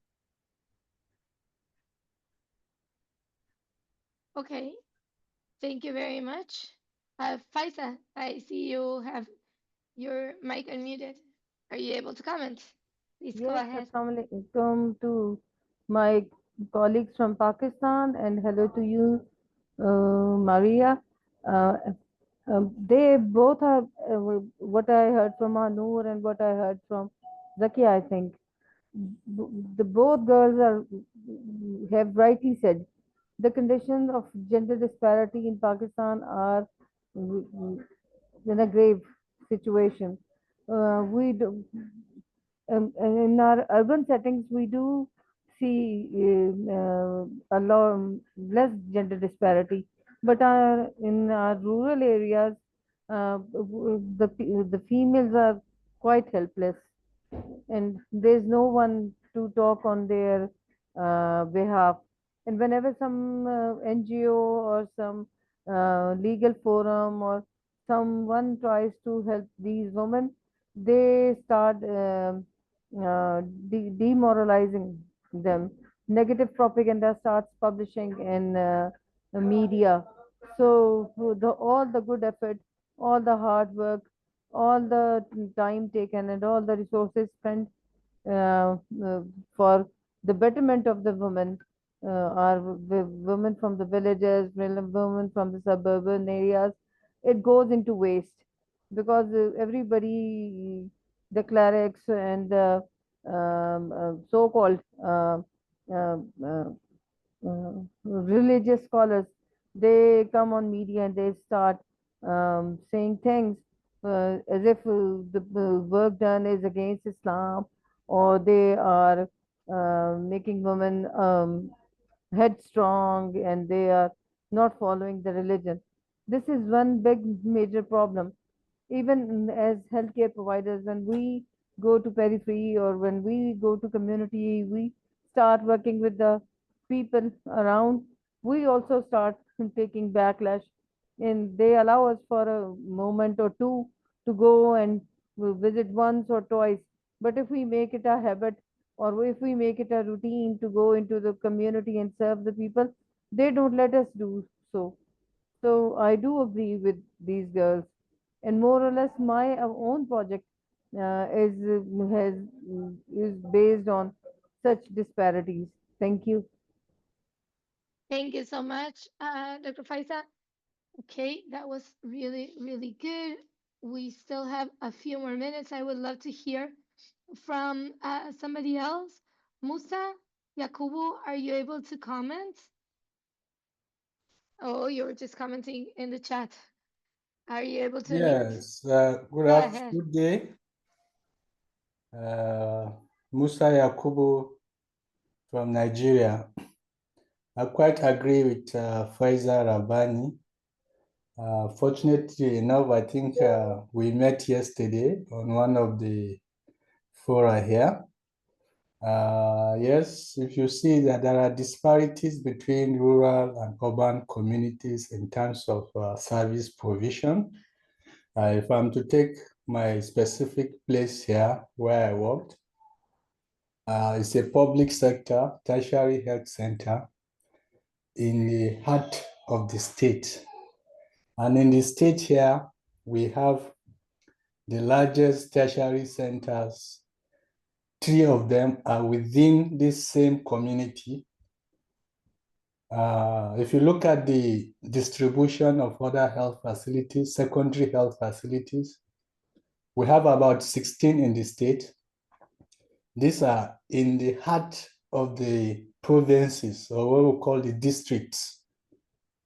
The rural communities are left with maybe most of them at best they can have a primary health care, but the diseases are coming from those rural communities. The urban centers here are the referral centers. Somebody will move 130 kilometers to get to the state capital, and they don't have the funds to do this. And we know ill health does not discriminate. According to Paul Farmer, like I was reading from one of the documents that was shared here, there's a reason why people get sick. There's a reason why people need health care. So if these healthcare are not distributed, the healthcare facilities are not distributed according to the need of the people, you see that they are mostly centered where government presence is felt. So I feel that is a very large inequity, unfairness, and injustice to people in the rural area. Secondly, if you look at the diseases, most of our centers, if you go to the outpatient departments, mostly 60 to 70% are women and children. Why do we have women and children in our outpatient clinics in the public center? Where are the men? you know. So I feel it's an injustice because the malaria that we treat every now and then, the HIV that we see every now and then, there's a kind of disproportionate, you know, incidence, so to say. Women are more affected. So there must be some underlying causes why women are more affected, why children are more affected. In fact, if you look at the like I said, the reasons, could they be anatomical? Could they be biological? Could they be structural and systemic?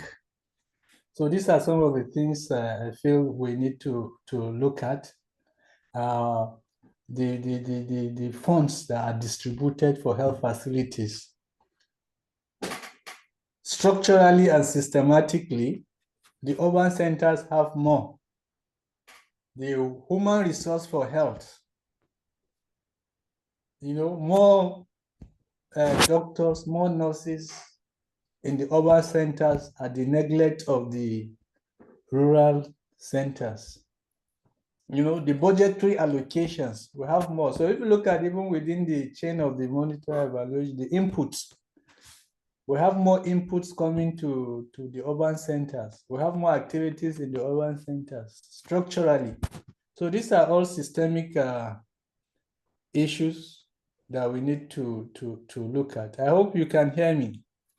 Yes, we can hear you. I was just answering Usman. Okay.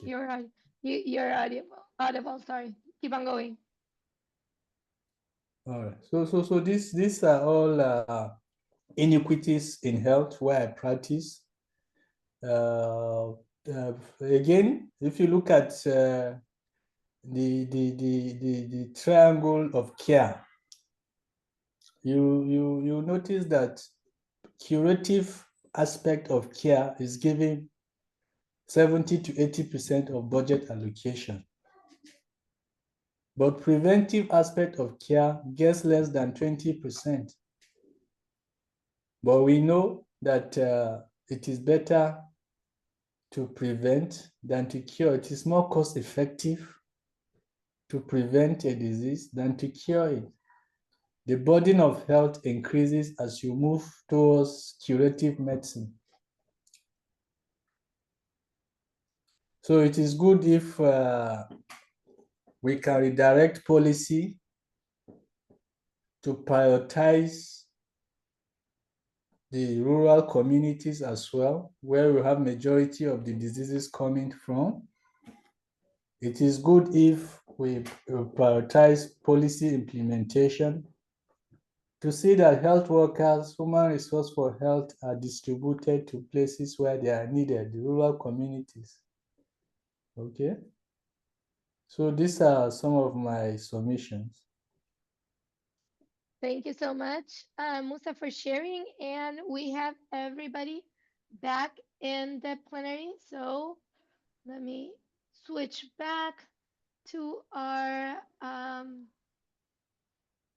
PowerPoint, and we are good. Okay, I hope you had a fruitful discussion, and I would love to see a couple of hands raised so you can shortly tell us how it went, what you discussed, if you were able to look into the 5 whys, if you discussed root cause analysis, what have you been doing in the groups? Lovely to hear from you. Please raise your hands. Do we have any? There we go. Dr. Elizabeth, please go ahead. I'm speaking on behalf of Group 11.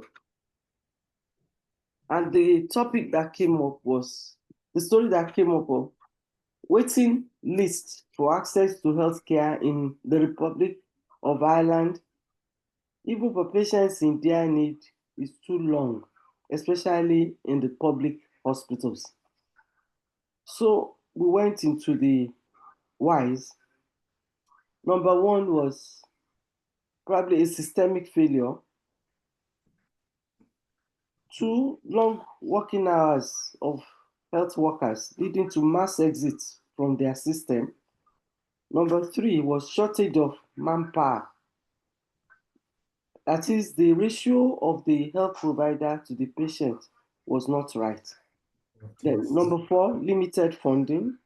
Number 5, limited prioritization of the health system in their country. We now went to the root cause. Why the waiting list? That is, why is the government not prioritizing health? Then probably they don't have a policy for universal health coverage. Then 3, lack of decentralization. And then 4, limited funding for recruitment. Thank you. Thank you very much, Dr. Elizabeth. As Charlotte was saying in the chat, we are prioritizing groups that did not speak after the first round. So I see Stephen. I don't know which group were you, but please let me know if you were in a group that already shared.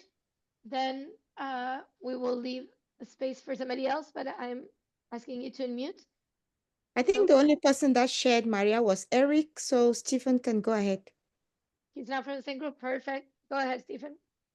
Okay, good evening, everyone. I'm Stephen Okumu from Kenya. Now, we were discussing a story. However, our initial person was kicked out of the room, so we had to start afresh. So the story we have is of a mother who went to a small facility and she was in labor.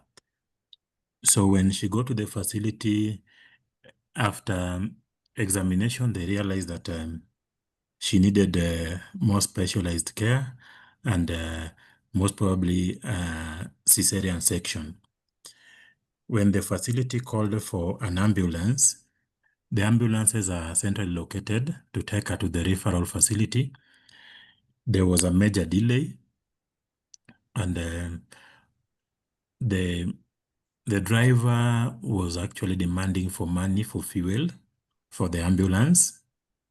So the ambulance came around 2 hours later, and by the time it came, it stalled at the facility. So the driver had to take a jerrycan and rush to a petrol station to get fuel and come back and add to the ambulance, then take the mother to the referral facility. She arrived and they successfully managed to undertake a CS section and got the baby out. The baby was healthy. However, the uterus ruptured and a hysterectomy had to be performed. So the mother lost the uterus. She is a very young mother and she may not have another baby again. So when we asked our wives, one of the reasons we thought was that the ambulance driver may not have been close to the vehicle as of the time the phone call was made. We also had the ambulance not having enough fuel, and there also probably no proper supervision on the ambulance driver and negligence by the healthcare workers, as they could have sought an alternative ambulance if this one was not coming through. So up to the time we finished, that's the point where we reached. Thanks a lot.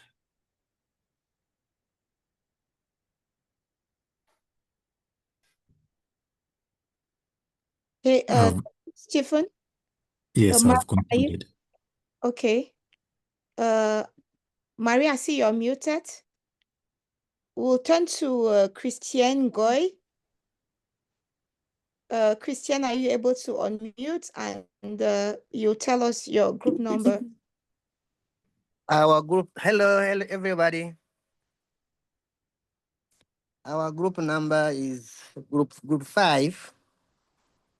Yeah, group 5. So our short story is that some few women, they came in the community, they're supposed to attend the OPD for vaccination, but they came late, so they couldn't take the vaccination for their baby because they came late and the service was already closed.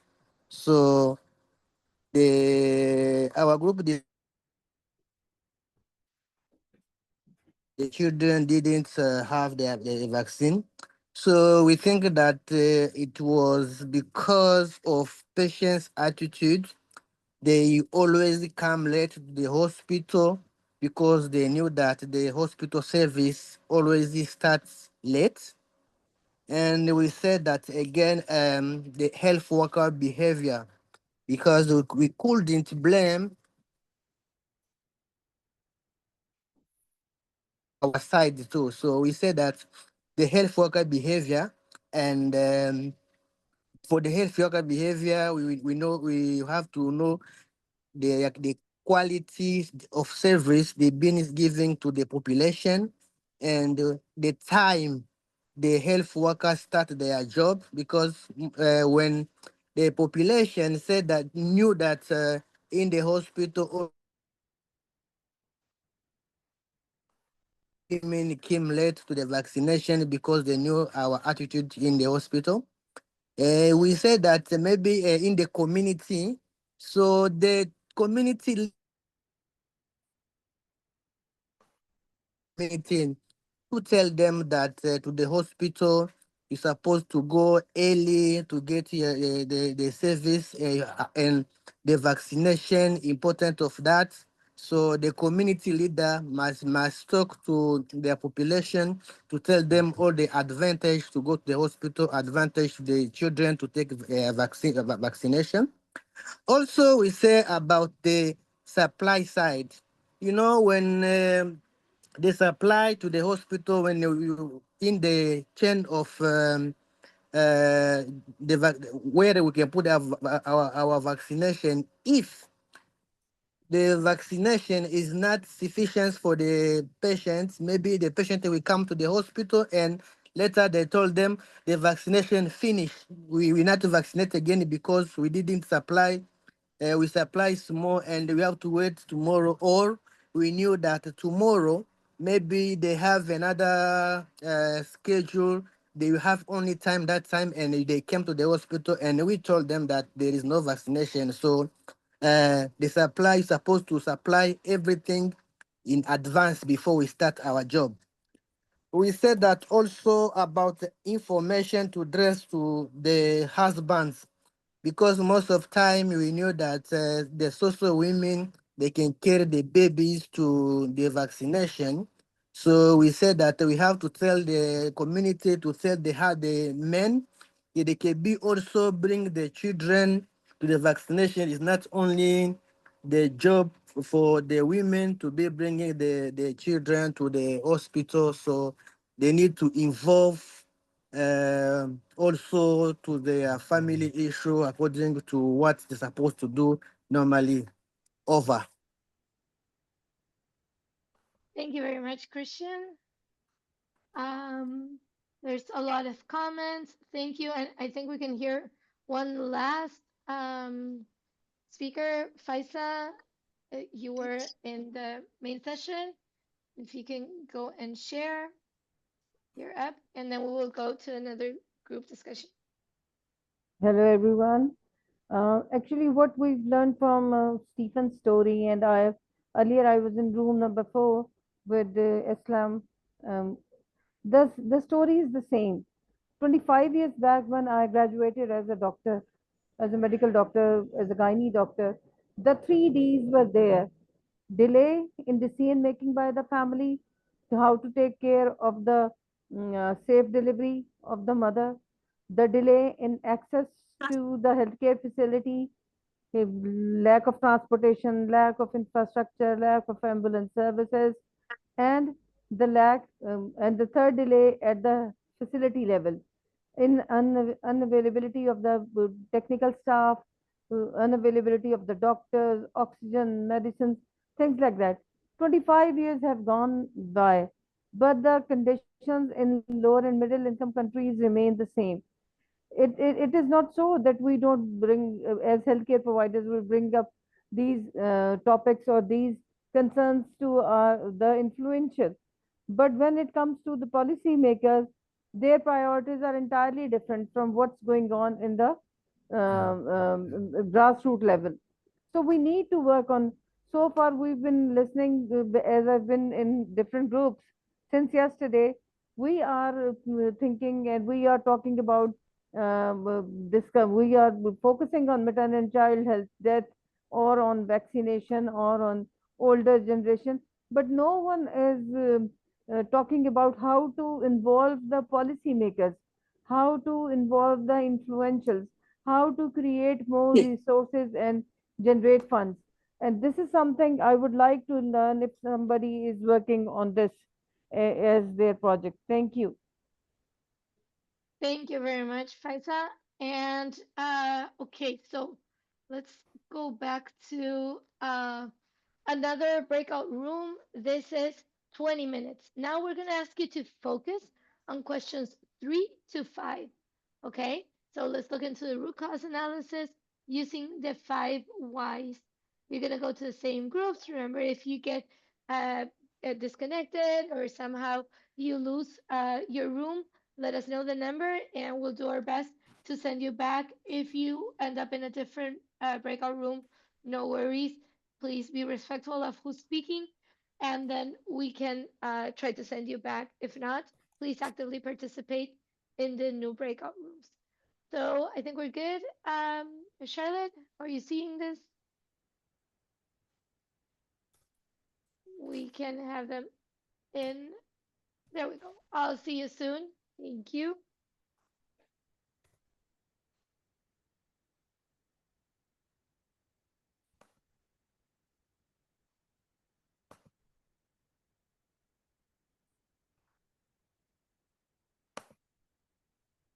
Okay. If the ones of you that are still here with me in the main room, if you remember, okay, do like Radicho is doing, tell me your room number in the chat and I can send you back there.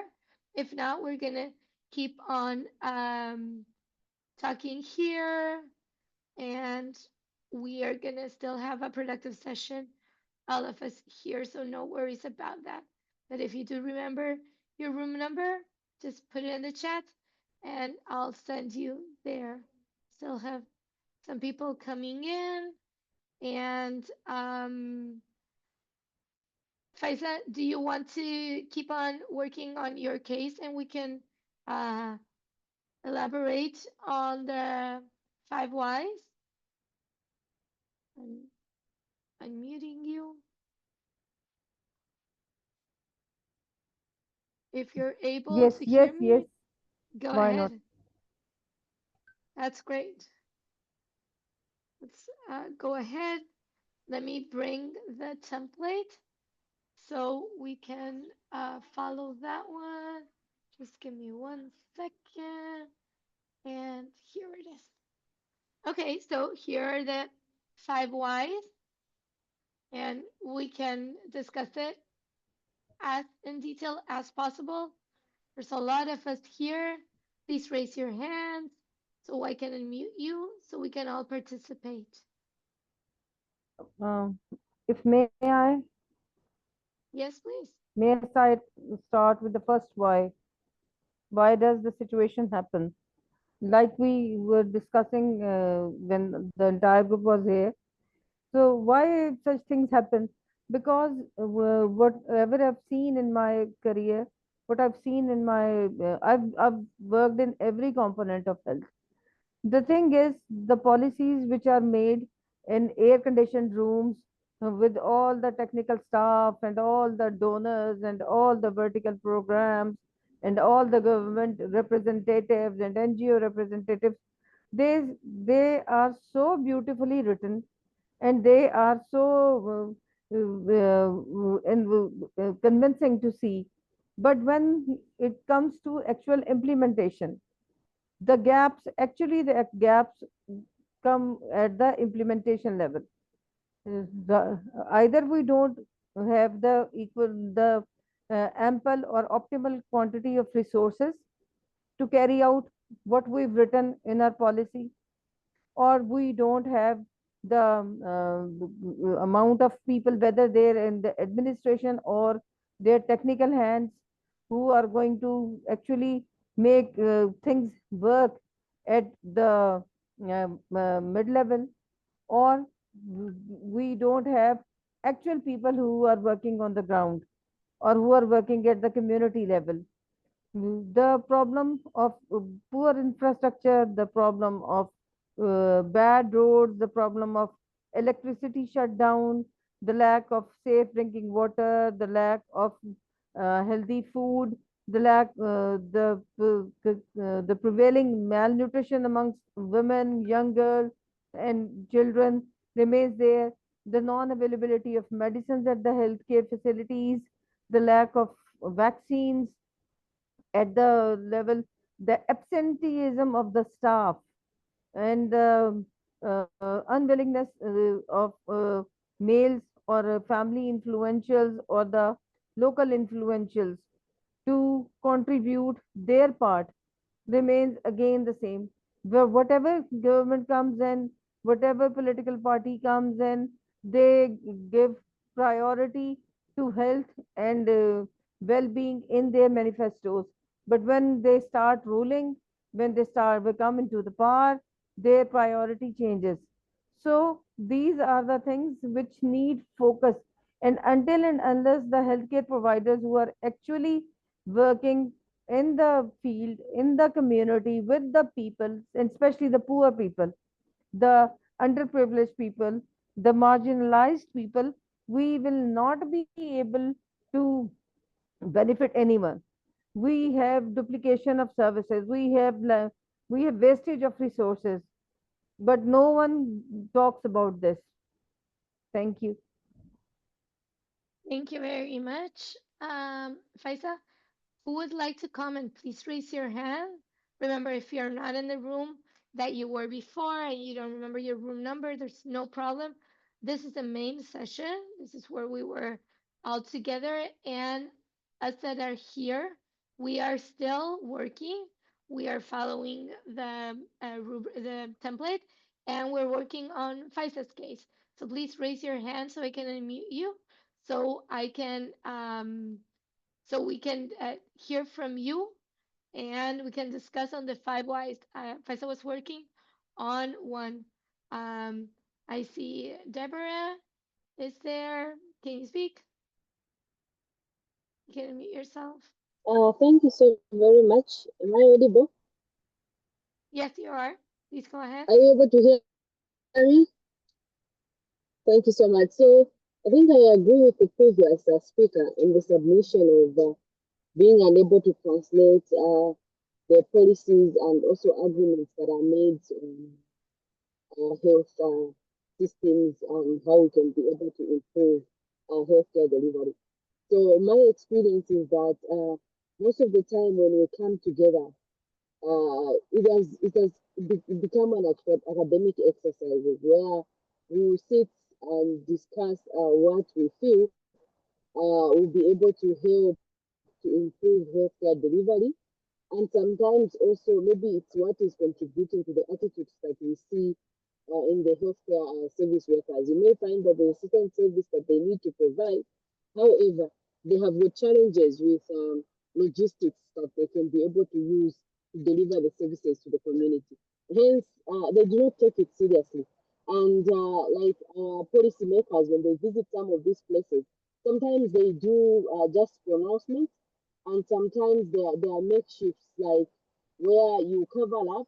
They may have facilities without drugs, and because they know that a leader is coming, they just look for a few drugs that can be used to entice the public and the communities to see that they are working. And most of the community feels like it's the fault of the healthcare worker why they are not receiving certain things, because when a certain big official comes in, these things are available. And also you find in that when you sit down to say, let's agree on you can be able to help improve the services, it is not translated into actions. And this is where the gap is. And most of the time, people will meet to be able to do this and just make document academic exercises to bring out information that we can never apply. So I believe that it's high time that as healthcare service deliveries and also those that are participating in the policy making and see how we can be able to integrate the two, be able to come up with a certain activity and be able to implement it so that even as we evaluate, we have a true picture of what is happening on the in the ground, just like not just like making a makeup activity that we just look at what is there. Then also we have seen sometimes partners and organizations coming on board to say they are supporting the healthcare delivery or the healthcare service to promote equity of access. But what we are seeing is most of these partnerships that come on board, they have their own objectives, and whatever it is that they bring on the table, it may not really much border on the healthcare, on the people being able, the community being able to receive the service, but it borders much on what they're going to take away from that program, on meeting their organization objectives. Hence, we still stand and we are static at the same path where we made on how we are going to improve the services and promote equity, which we fail to meet because we are looking at the objectives and they are all just looking at their mandate. If their mandate is immunization, they won't move to the left or to the right. They'll just look at that specific mandate that they have and that they feel like they're supporting. Hence, you find that the other services are suffering because they are at the mercy of whatever it is that is leftovers and whatever it is that is available within. So I believe that if we can look at how we can be able to manage it and bring out the simplest way, not just having academic information or papers that we have written on how we can improve the services, but having something that can be actionable, that can be impressed by the people that are implementing at the service delivery end, even the community, if they build something together to improve or make sure that they equalize the healthcare services, I think we can be able to move in a certain direction. Thank you so much. I submit. Thank you so much, Deborah. That was incredibly interesting. Thank you so much. I would love to hear from another hand raised in this group. There's a lot of us here, so please don't be shy. You can comment. Deborah, your hand's up again. Let me unmute you. Yes, go ahead. Are you able to unmute? I'm trying to lower my hand. Oh, no problem. I can lower it for you. No problem. Yes. There we go. Okay. There we go. Is it lowered Okay. now? Okay. We can hear you. Yes. Thank you. Okay. Usainiaba, are you? No, your microphone is not there. Prince Sigbara, are you able to comment?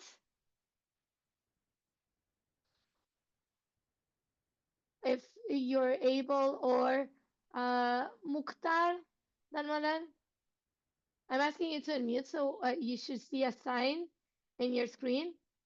Ayokunle, also, we would love to hear from you, where you are, what you think about what Dr. Faisal had commented on her case, another one of the whys, like Deborah was talking. Are you able? Yeah, hello. Sorry, I just joined. I left my room, and I would like to rejoin my room. I'll type in the chat. Yeah. Yeah, tell me your room. I'll send you. Okay. So, okay. Dr. Sajal, are you able to join, to tell us, to comment? Isawa Muhammad, also here.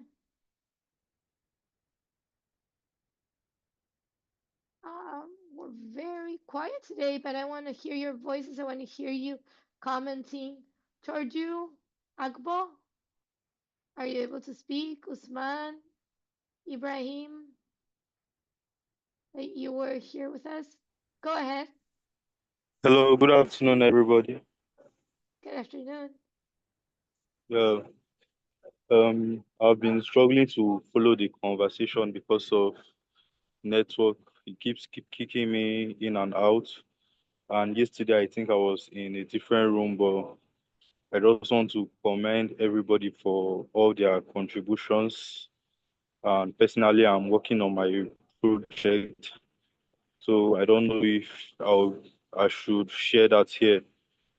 But for today's communication, I've been in and out, so I'm not really following.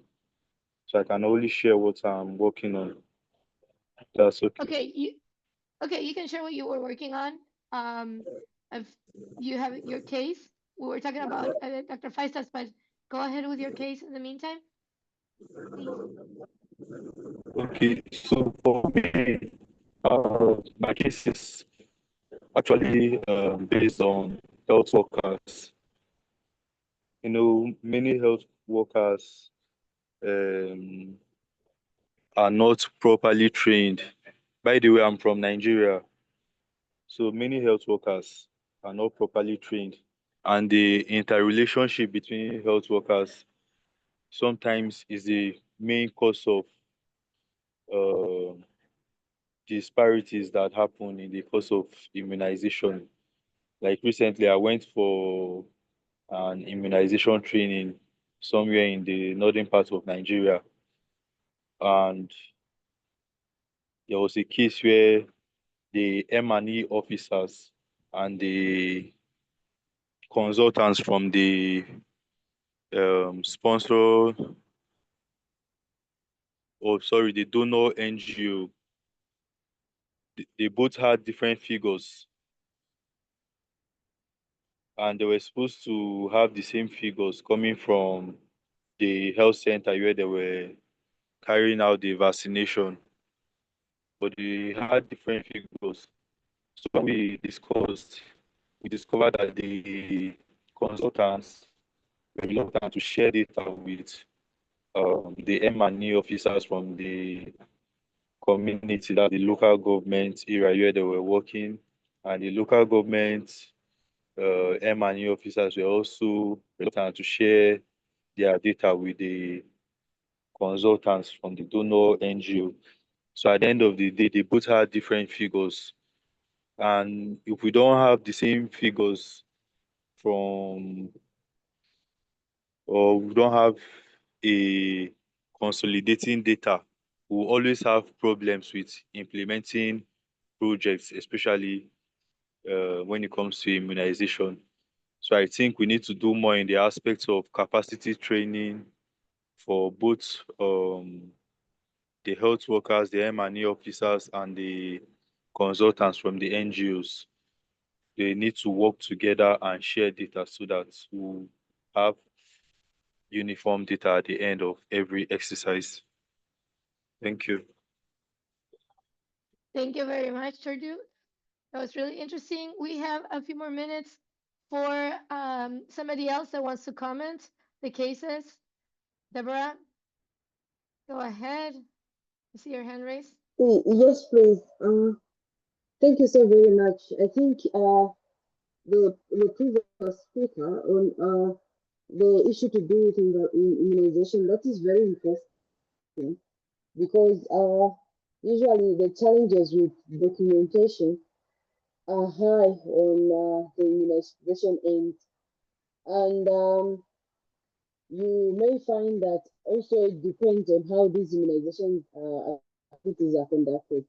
I think my area points on the reasons why some of these discrepancies we have with regards to data capturing. So the consultancy organization, you may find that their mandate is only to capture that data and ensure that they give back to their organization that is responsible for that consultants, their employing organization, and they'll be able to carry out issues thoroughly. So when you look at the where our routine immunization data is collected, the other thing that we need to also consider is who collects the data. Because when you find, maybe it's my experience from our facilities, the M&D team is not even closer to where this data is generated. And you find that the person who maybe is responsible for generating this data is the service care provider who is providing the immunization service. And most of the time, they may be backed up by the community volunteers. And because these people may not be professionals that may know how to capture these data, and you find that there may be gaps in the data. So I believe that if we have specific people that are mandated to be able to collect data during immunization sessions and at any point, maybe it can be very helpful so that the data is not, we don't miss the information from immunization activities. And sometimes you find that the healthcare provider is there to provide the service and may be overwhelmed. You find that on an outreach post, he is the only professional that is there, and he has to depend on support from the local volunteers who can be able to help them to capture this data.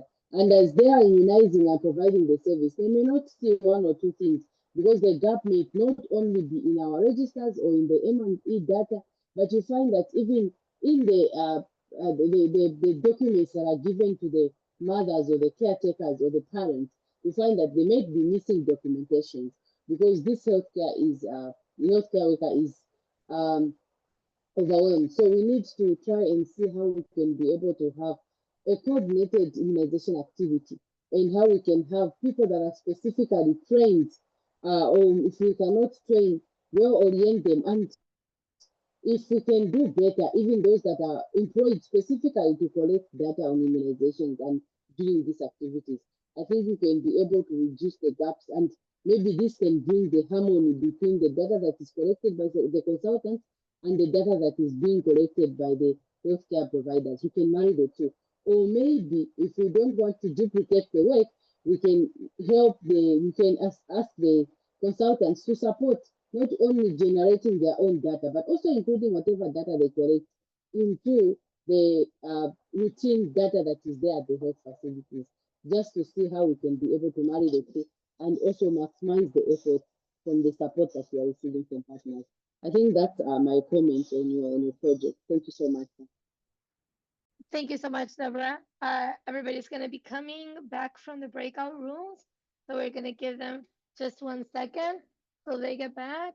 And thank you so much for your comments.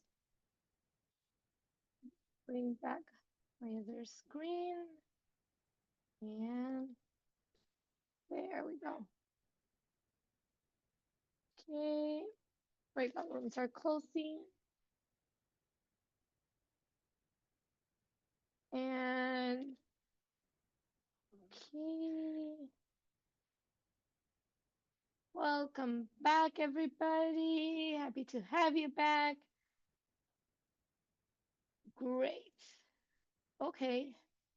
Charlotte, I'm not sure if you are able to go on. You want me to carry on? Let me know. Please go ahead, Maria, but I'm back now, and cognizant of the time, we have just about 30 minutes left.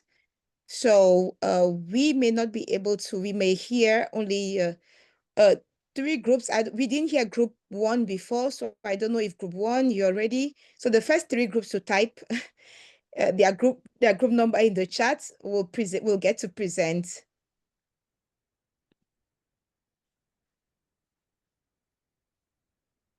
Okay.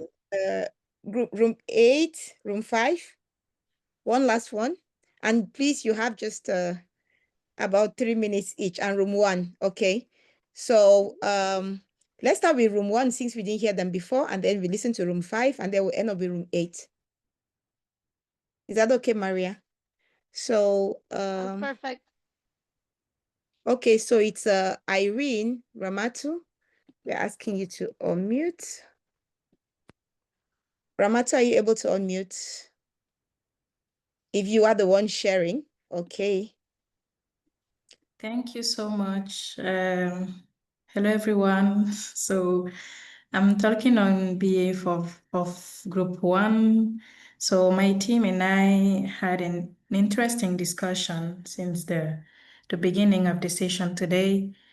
And yes, our context, maybe briefly, our context, the story used is a resistance from vaccination in a rural community in Kano State, Nigeria, proposed by one of our colleagues. So this is the context, and there was many challenge, such as misconceptions, decision-making power, and many other challenge. So our root cause identified was the misconception. And by addressing this root cause for community-led education awareness activities, we can empower caregivers, build trust in the community, and increase vaccination in the community. So for the 5 whys, we discussed about, the first is the misconception and the poor literacy among caregivers, which limits their understanding of vaccines. And the second whys is the misconceptions, both personal and commonly shared, about vaccines, such as fears that might cause illness or infertility, or such conceptions like it's Western things and etc. Another why question is personal beliefs, social norms, and limited decision-making power of mothers to vaccine, to decide, to take the lead and decide to vaccine their children.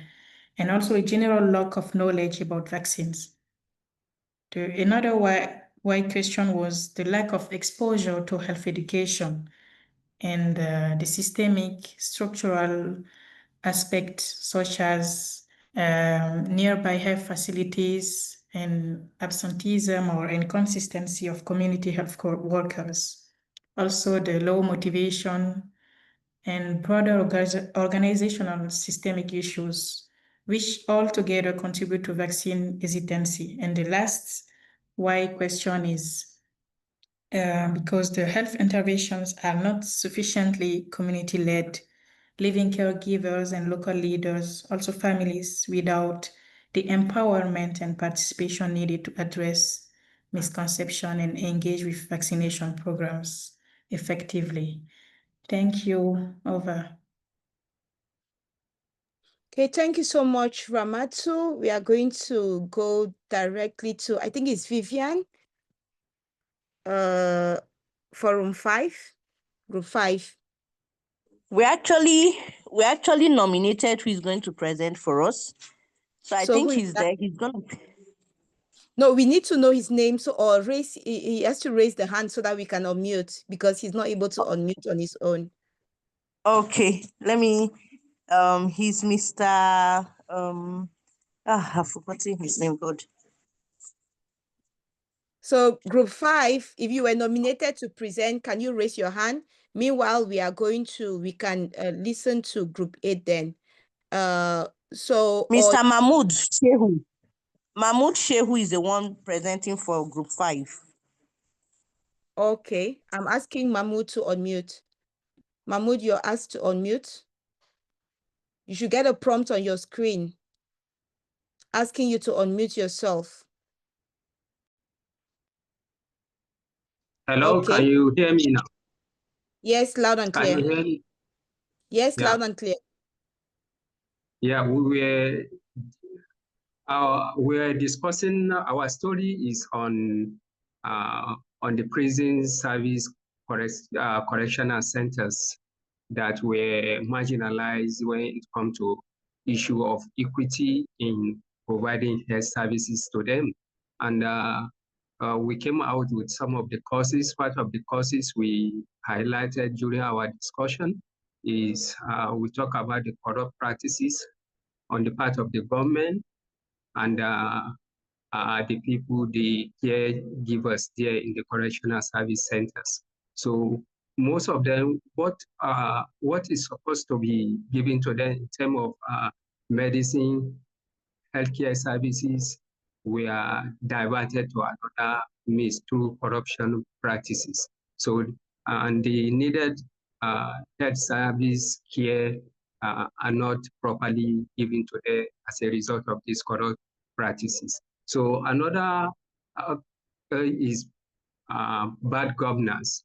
Bad governance, in the sense of most of these people you find in the correctional service centers are actually, most of them do not actually commit the offense they say they committed. So they are left there uncharged and without proper healthcare services and other related health counseling. So another thing we discuss is the attitude. So attitude in terms of people not knowing what they are supposed to present or to do when it comes to social service, provision of social services. So they tend to maybe instead of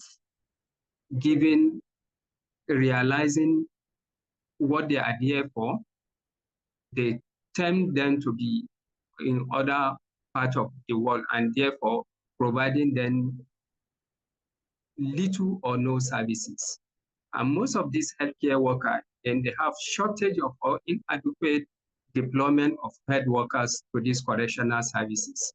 So you will find that a correctional service center that has about 200 to maybe 100, you will see only one health worker is being deployed to that center.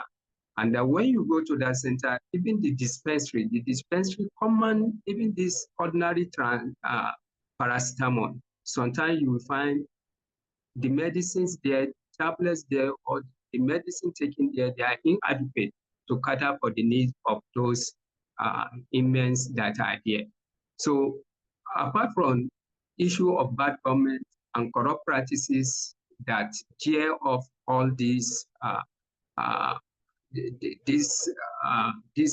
as a cause, so you still have on the part of the government non-care attitude, as if they have forgotten that there are people that actually need these services.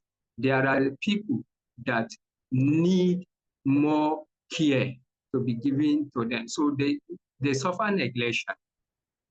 So these are some of the major factors we are able to make to present at the session. Okay, thank you, Mahmoud. So the last group we'll listen to this evening is going to be Group 8. Group 8, if I remember well, it was Eric. Yeah. Yes, can you hear me? Yes, loud and clear. Please go ahead. And one Thank thing you. I want you to, for the groups, I should have mentioned this, just to reiterate, briefly summarize the situation, and then tell us the root cause that you agreed on. You don't need to go through all the 5 whys for now. Just tell us the root cause, and if you were able to discuss the power that that you have, and then some action steps. Go ahead. Okay, Yes. over to Eric. Yes. So in Group 8, we had a case of vaccine hesitancy in Enugu, Nigeria. And so this case was observed during immunization in the field, where some family members, like the head of the household, refused immunization for the family. So this resulted in family members, including children, not administered vaccines. It was also observed that in churches, there was discussions about people not, there were discussions about people that people should not accept vaccines. And interestingly, healthcare workers too were not in support of vaccination. The group also observed that the vaccine hesitancy in this region of Nigeria was not related to level of education and geography. So hesitancy was observed in all areas, both urban and rural areas. So looking into the root causes, we had a few, but we thought that maybe the main causes could be cultural and religious beliefs, then the economic status. Some people feeling that due to their economic status, they don't really need the vaccines, or at least locally, they don't need it locally, they can get it overseas and stuff like that. And then there's also the lack of education and awareness, which we sum that up as ignorance. So in terms of the power and advantages in that this gives us in our professional jobs, we thought that healthcare workers have the power to influence the patient's decision to take vaccines by showing leadership and taking the vaccines themselves. That's showing the example. And also, healthcare workers should demonstrate the impact of vaccines. They can do that through community visits, or they can show some videos and other resources that they have. We also thought that, contrary to the behavior that was observed, the key stakeholders like the clergy, the media, and the healthcare workers that we already talked about, and even family members need to be involved in addressing vaccine issues, as they also have the power to influence vaccine outcomes, or how other people take vaccines. So a case was cited where a family member, in a family, some members took vaccines, but they stayed quiet. Had it been they had shared the experience with other family members, that could just have influenced them to take the vaccines. Then, in terms of assumptions, we assume that vaccine hesitancy may have been influenced by messaging by the clergy and other stakeholders. And then community members also assume that because of their economic status, they don't really need vaccines. So when you come around with vaccines, they'll be pointing at other areas where you should go and do vaccinations. And then the final assumption here is that if we use our children to promote vaccination, it could work, because right now most of the messaging is done in churches and healthcare facilities, and it's not really working. So how about exploring other areas like schools, where children can be educated and they can pass on that information to their parents? So in terms of action plan, we started working on it, but we did not really, we didn't have time to finish due to time constraints. So, but we thought that the main goal of the plan would be to address the cultural beliefs, misconceptions, all the social norms. And one way of doing it is to provide information about vaccines, even on children's entertainment sites, like during the holidays. And yeah, so that's where we ended. But if we had more time, I'm sure we would have come up with a full action plan. Thank you, and over.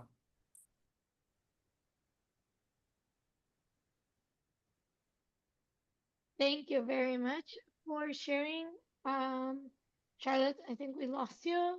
We can't hear you anymore. So we are good for all the three groups that we had said, and we are gonna move on with a few more minutes that we have together.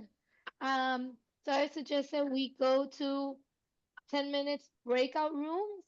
This is where we want to review and finalize your group notes. Remember to have your names in the note takers template to upload it before midnight tonight. Okay. So go ahead, Charlotte. Thank you so much. That would have been.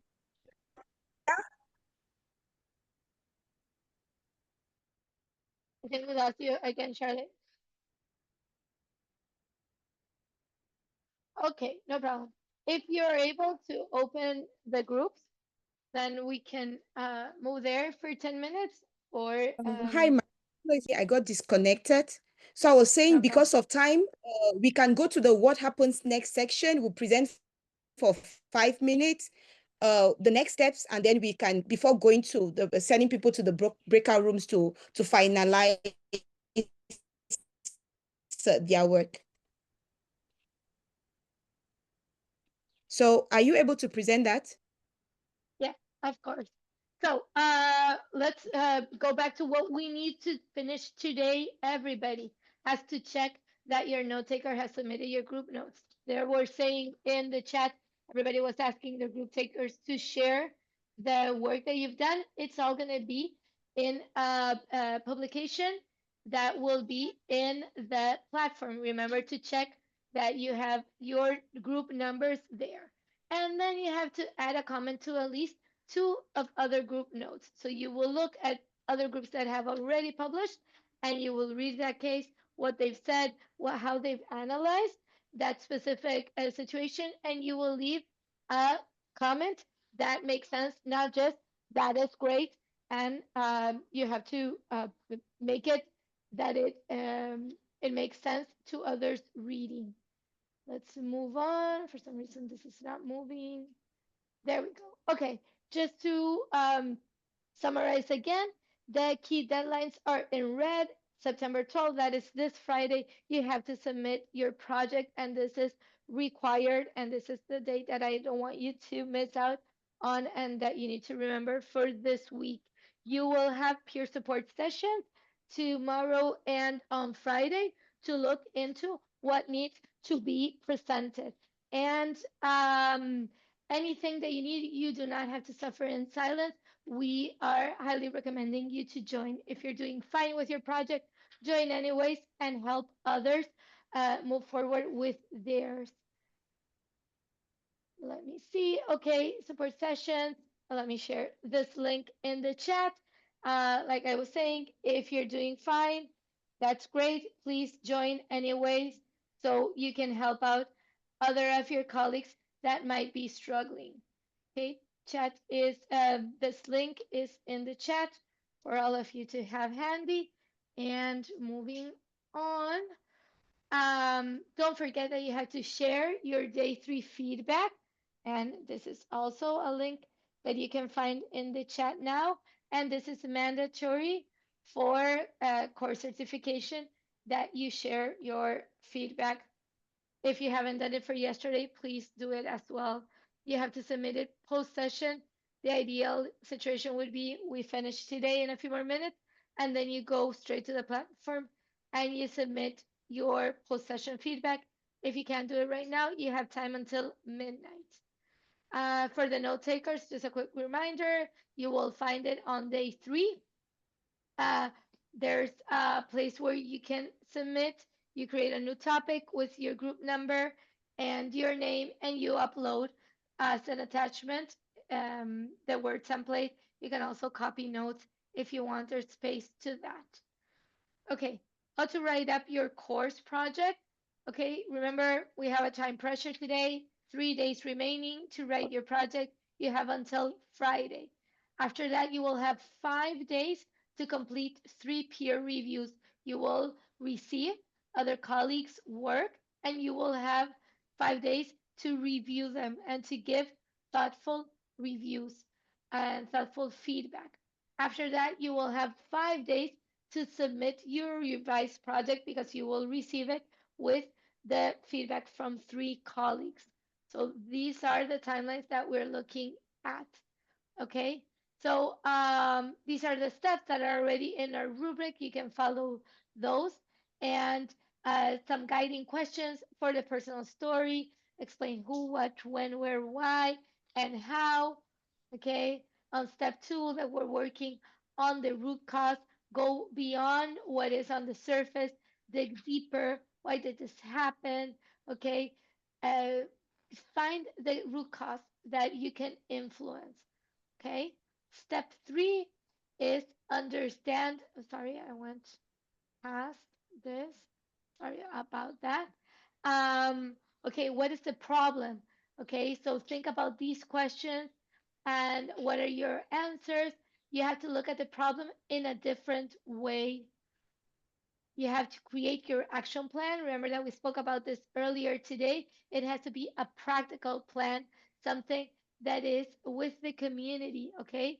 And you know how they can help lead the change. There's step-by-step instructions, okay? And you can follow all this is in the rubric that we shared with you. The last step is to review your project, okay? There are some guiding questions here is have you connected the problems? Does this plan empower the community? Have you looked at causes that are outside the health service? And have you connected the problem to human rights Okay, these are just guiding questions. You don't have to answer each of them as a separate one. You can do a full paragraph. They were asking that in the chat as well. Okay, there's some comments in the chat here. Please look at those.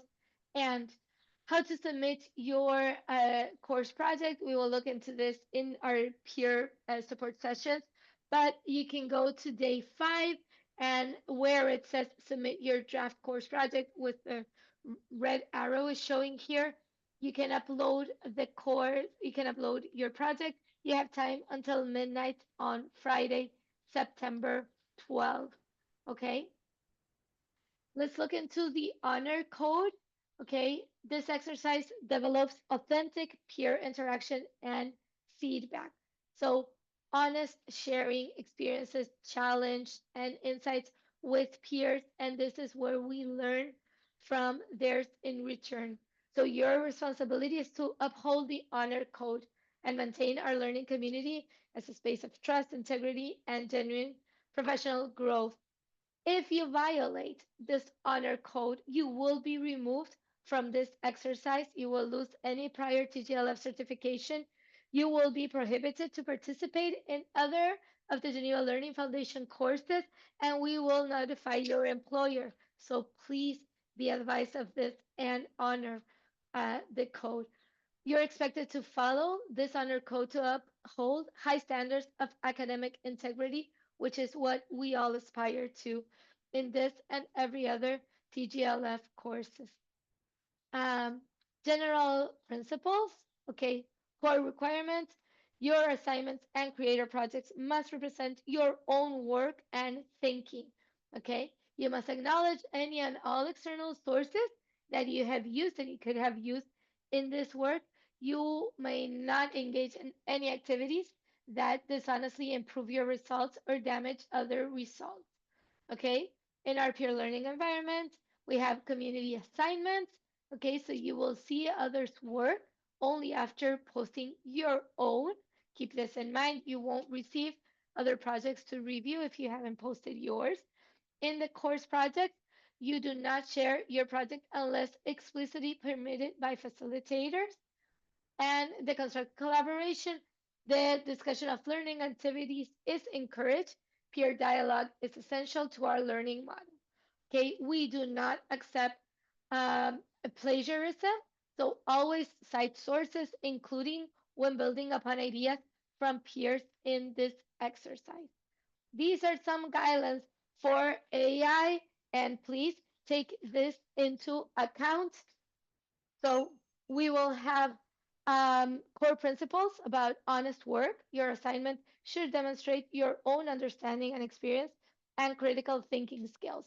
Okay, you can use AI to generate ideas and inspiration, to edit and improve your writing, to summarize information, or to use some learning concept, overcome language barriers. We know that English is probably not your first language. Okay, the transparency requirement is that you disclose to us when you have used AI, specify the tool, explain how you've integrated, and clarify any AI assisted parts. You cannot use artificial intelligence to fabricate information about your case or experience. You cannot use it to create fictional data, evidence, or stories. You cannot use it to generate core analysis that should reflect your critical thinking. Okay?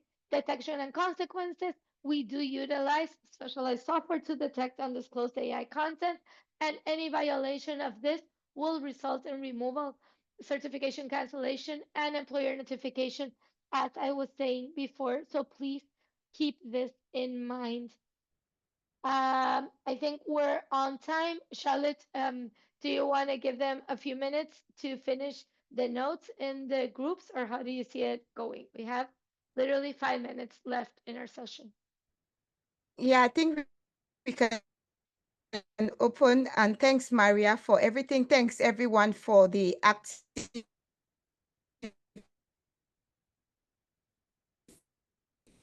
We're losing you a bit. Patient. Oh, we're losing you, Charlotte.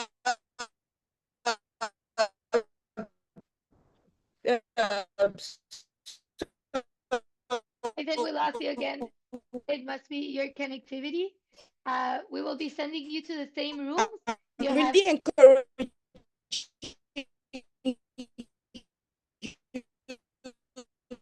We can hear to you. join There we go. Tomorrow's peer support session, and please about I attend.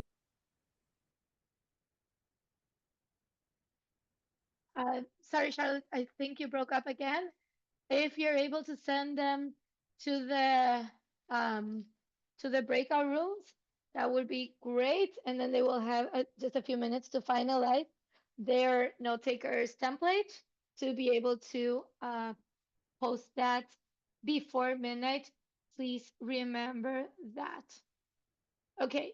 As Charlotte was saying, I really encourage you. I would love to see you all in tomorrow's peer support session. That's a great way to get help that you need to finish your course study before Friday. So we can look into technical issues that you might have, any kind of doubts. All of us will be there to help all of us as well. So, okay, I think that due to connectivity issues that a lot of people are experiencing, especially Charlotte, I think we are good. Any other last remarks, any questions, doubts that you might have, please raise your hands and happy to answer them. But we might not go to the last session. If you are good with your yeah, let me here, please unmute. Mrs. Sarah? Thank you so much, Marie. How are you today? Can you hear me? I'm sorry, you're breaking Hello. up. No, you were breaking up. My Now I net can hear you. Yes, go my, ahead. my network reception is so bad, so I've not been able to join a group actively. What will I do? What can I do?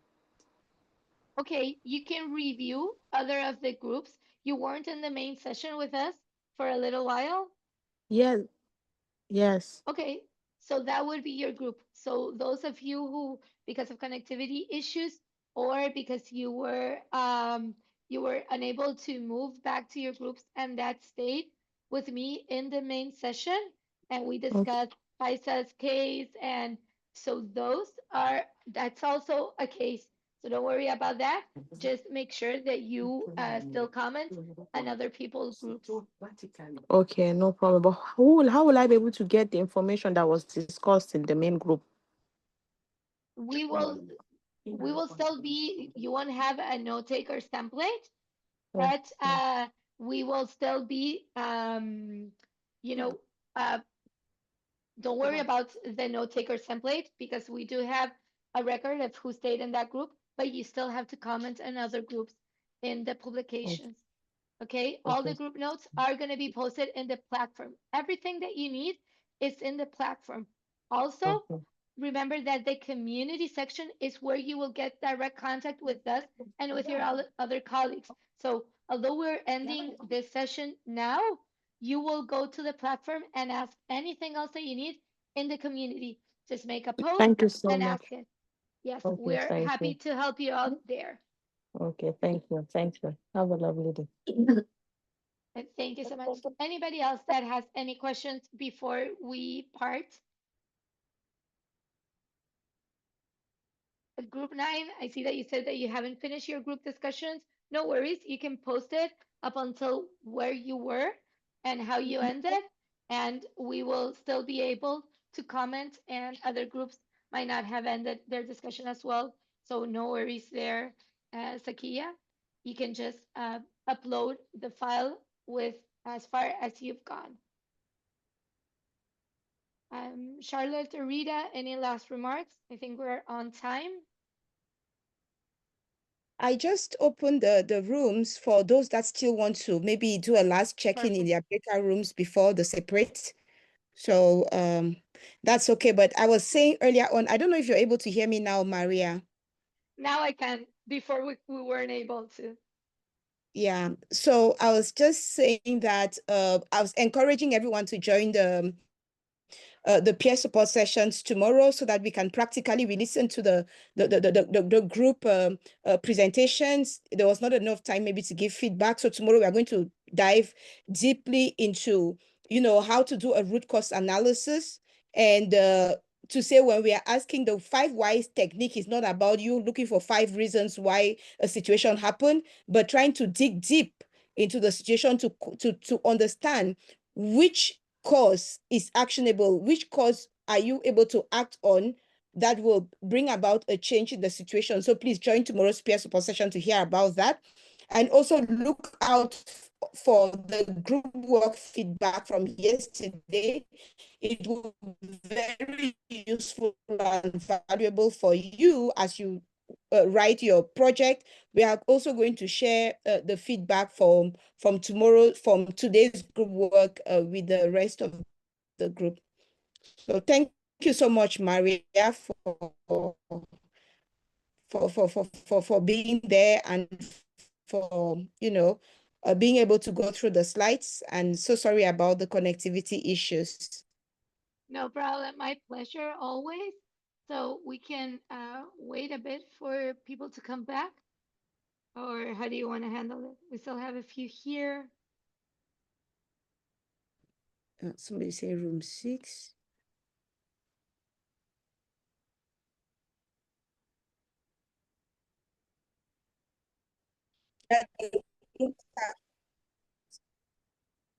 Yeah, the rooms are open for 10 minutes. For those who want to go, feel free. Feel free to go. I think the session is closed officially. But for the others, if you want to stay on or move to a room, you can just put your room number in the chat and we'll send you back. Like there is Sewa Boris, Maria that says they're supposed to be going back to room.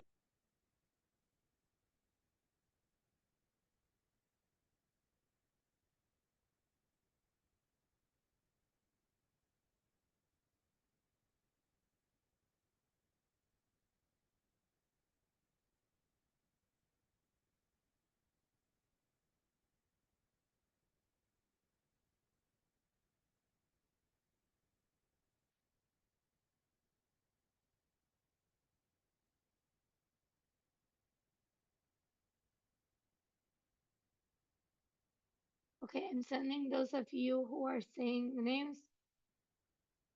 Where Sanusi?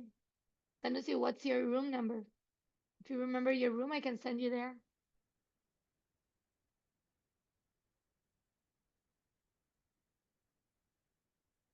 Okay, for those of you who don't have a room or stayed here with us and you are able, you have everything for today, you're welcome to drop and we will see you tomorrow in the peer support session.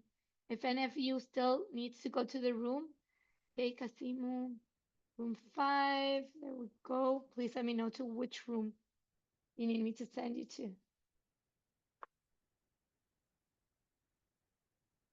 Anybody else?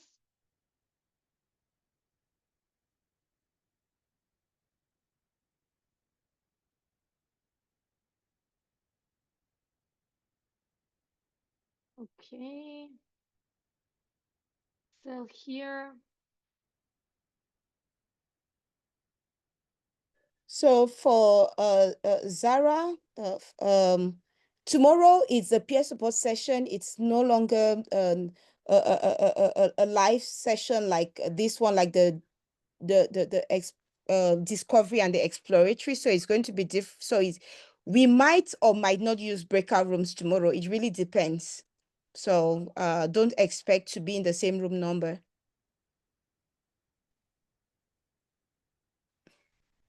thank you, Charlotte.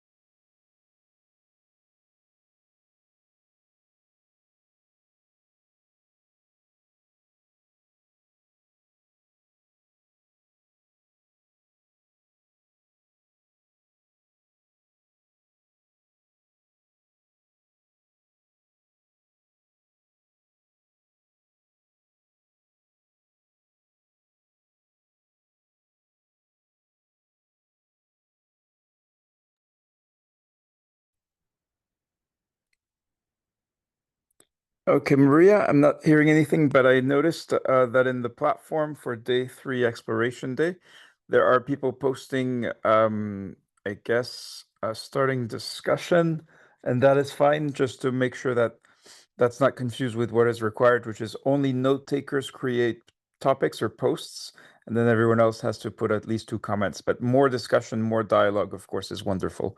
So we definitely encourage that. We just want to be clear about what the requirement is. Perfect. Thank you so much, Rita.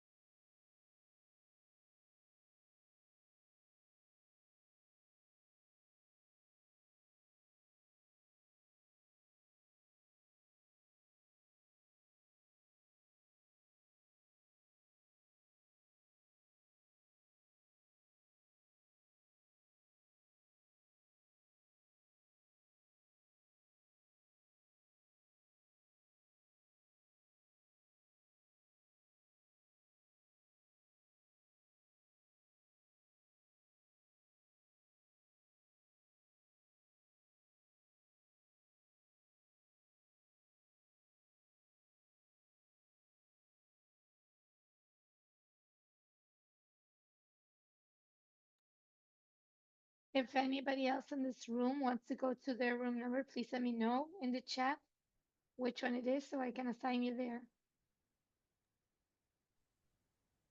No, Maria, I wanted to indicate that we're closing the room in less than 1 minute, so it was supposed to be 10 minutes for this final round. Yeah. Perfect.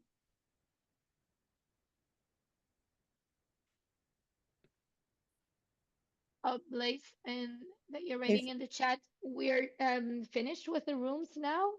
So if you participated in the main session, which is here where we're at now, and you could hear the discussion on FISA's case, that was this was a breakout room as well. It just didn't send anybody that the ones that got disconnected, they came back here. And the rooms are closing now, so everybody will come back, and we're ending our session today as well.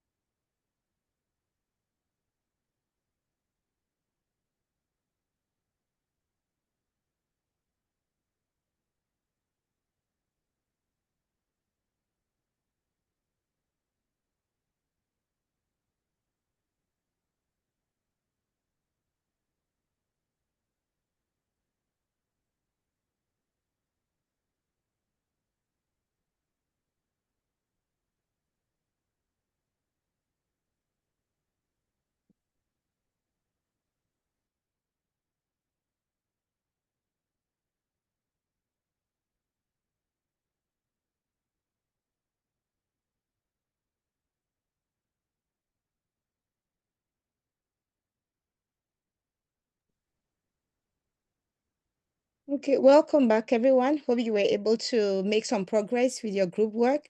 But as it is now, you should be able to, if the note takers have are through. Once they are able to clean up the group work, you can go ahead to submit.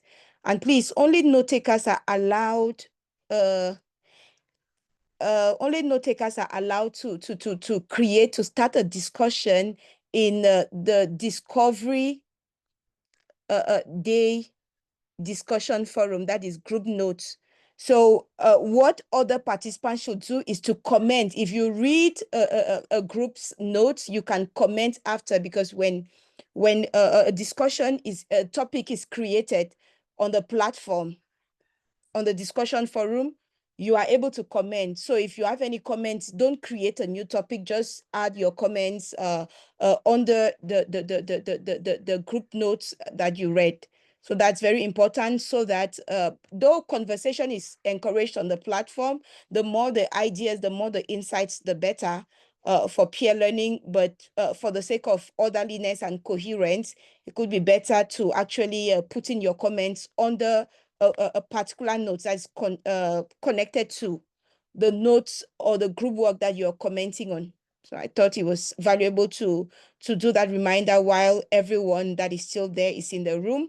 And I was also saying earlier, just encouraging you to join tomorrow for the peer support session, even if you are doing well, even if you're doing fine. It would be great. Let me see if I'm able to. We actually had that final poll that we're not able to launch. I hope. No, that is not the right.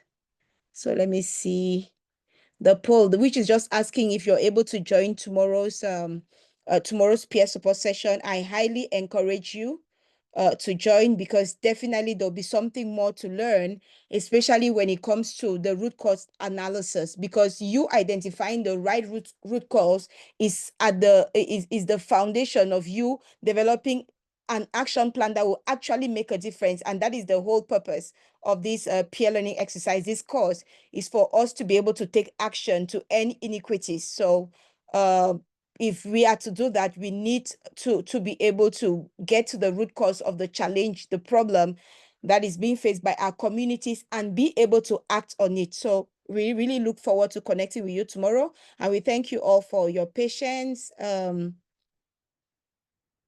Okay, and then yes, I see the comment in the chat about the demonstration. Yes, it'll be good to do, because in some of the group work, there was a bit of generalities when it came to looking at vaccine hesitancy.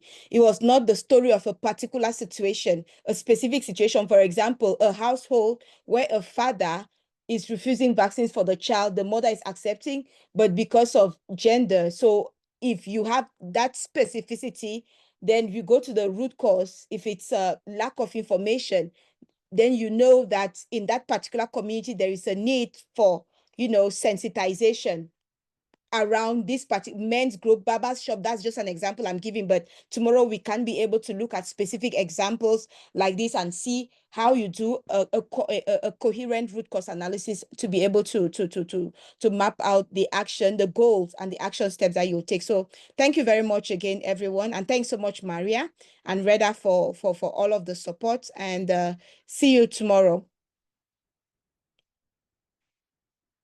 Thank you so much, Al. See you tomorrow. Maria, you're mistress of ceremony and host, so you are the one who's going to kick us out. Thank you. Doing it now. See you tomorrow. Bye-bye.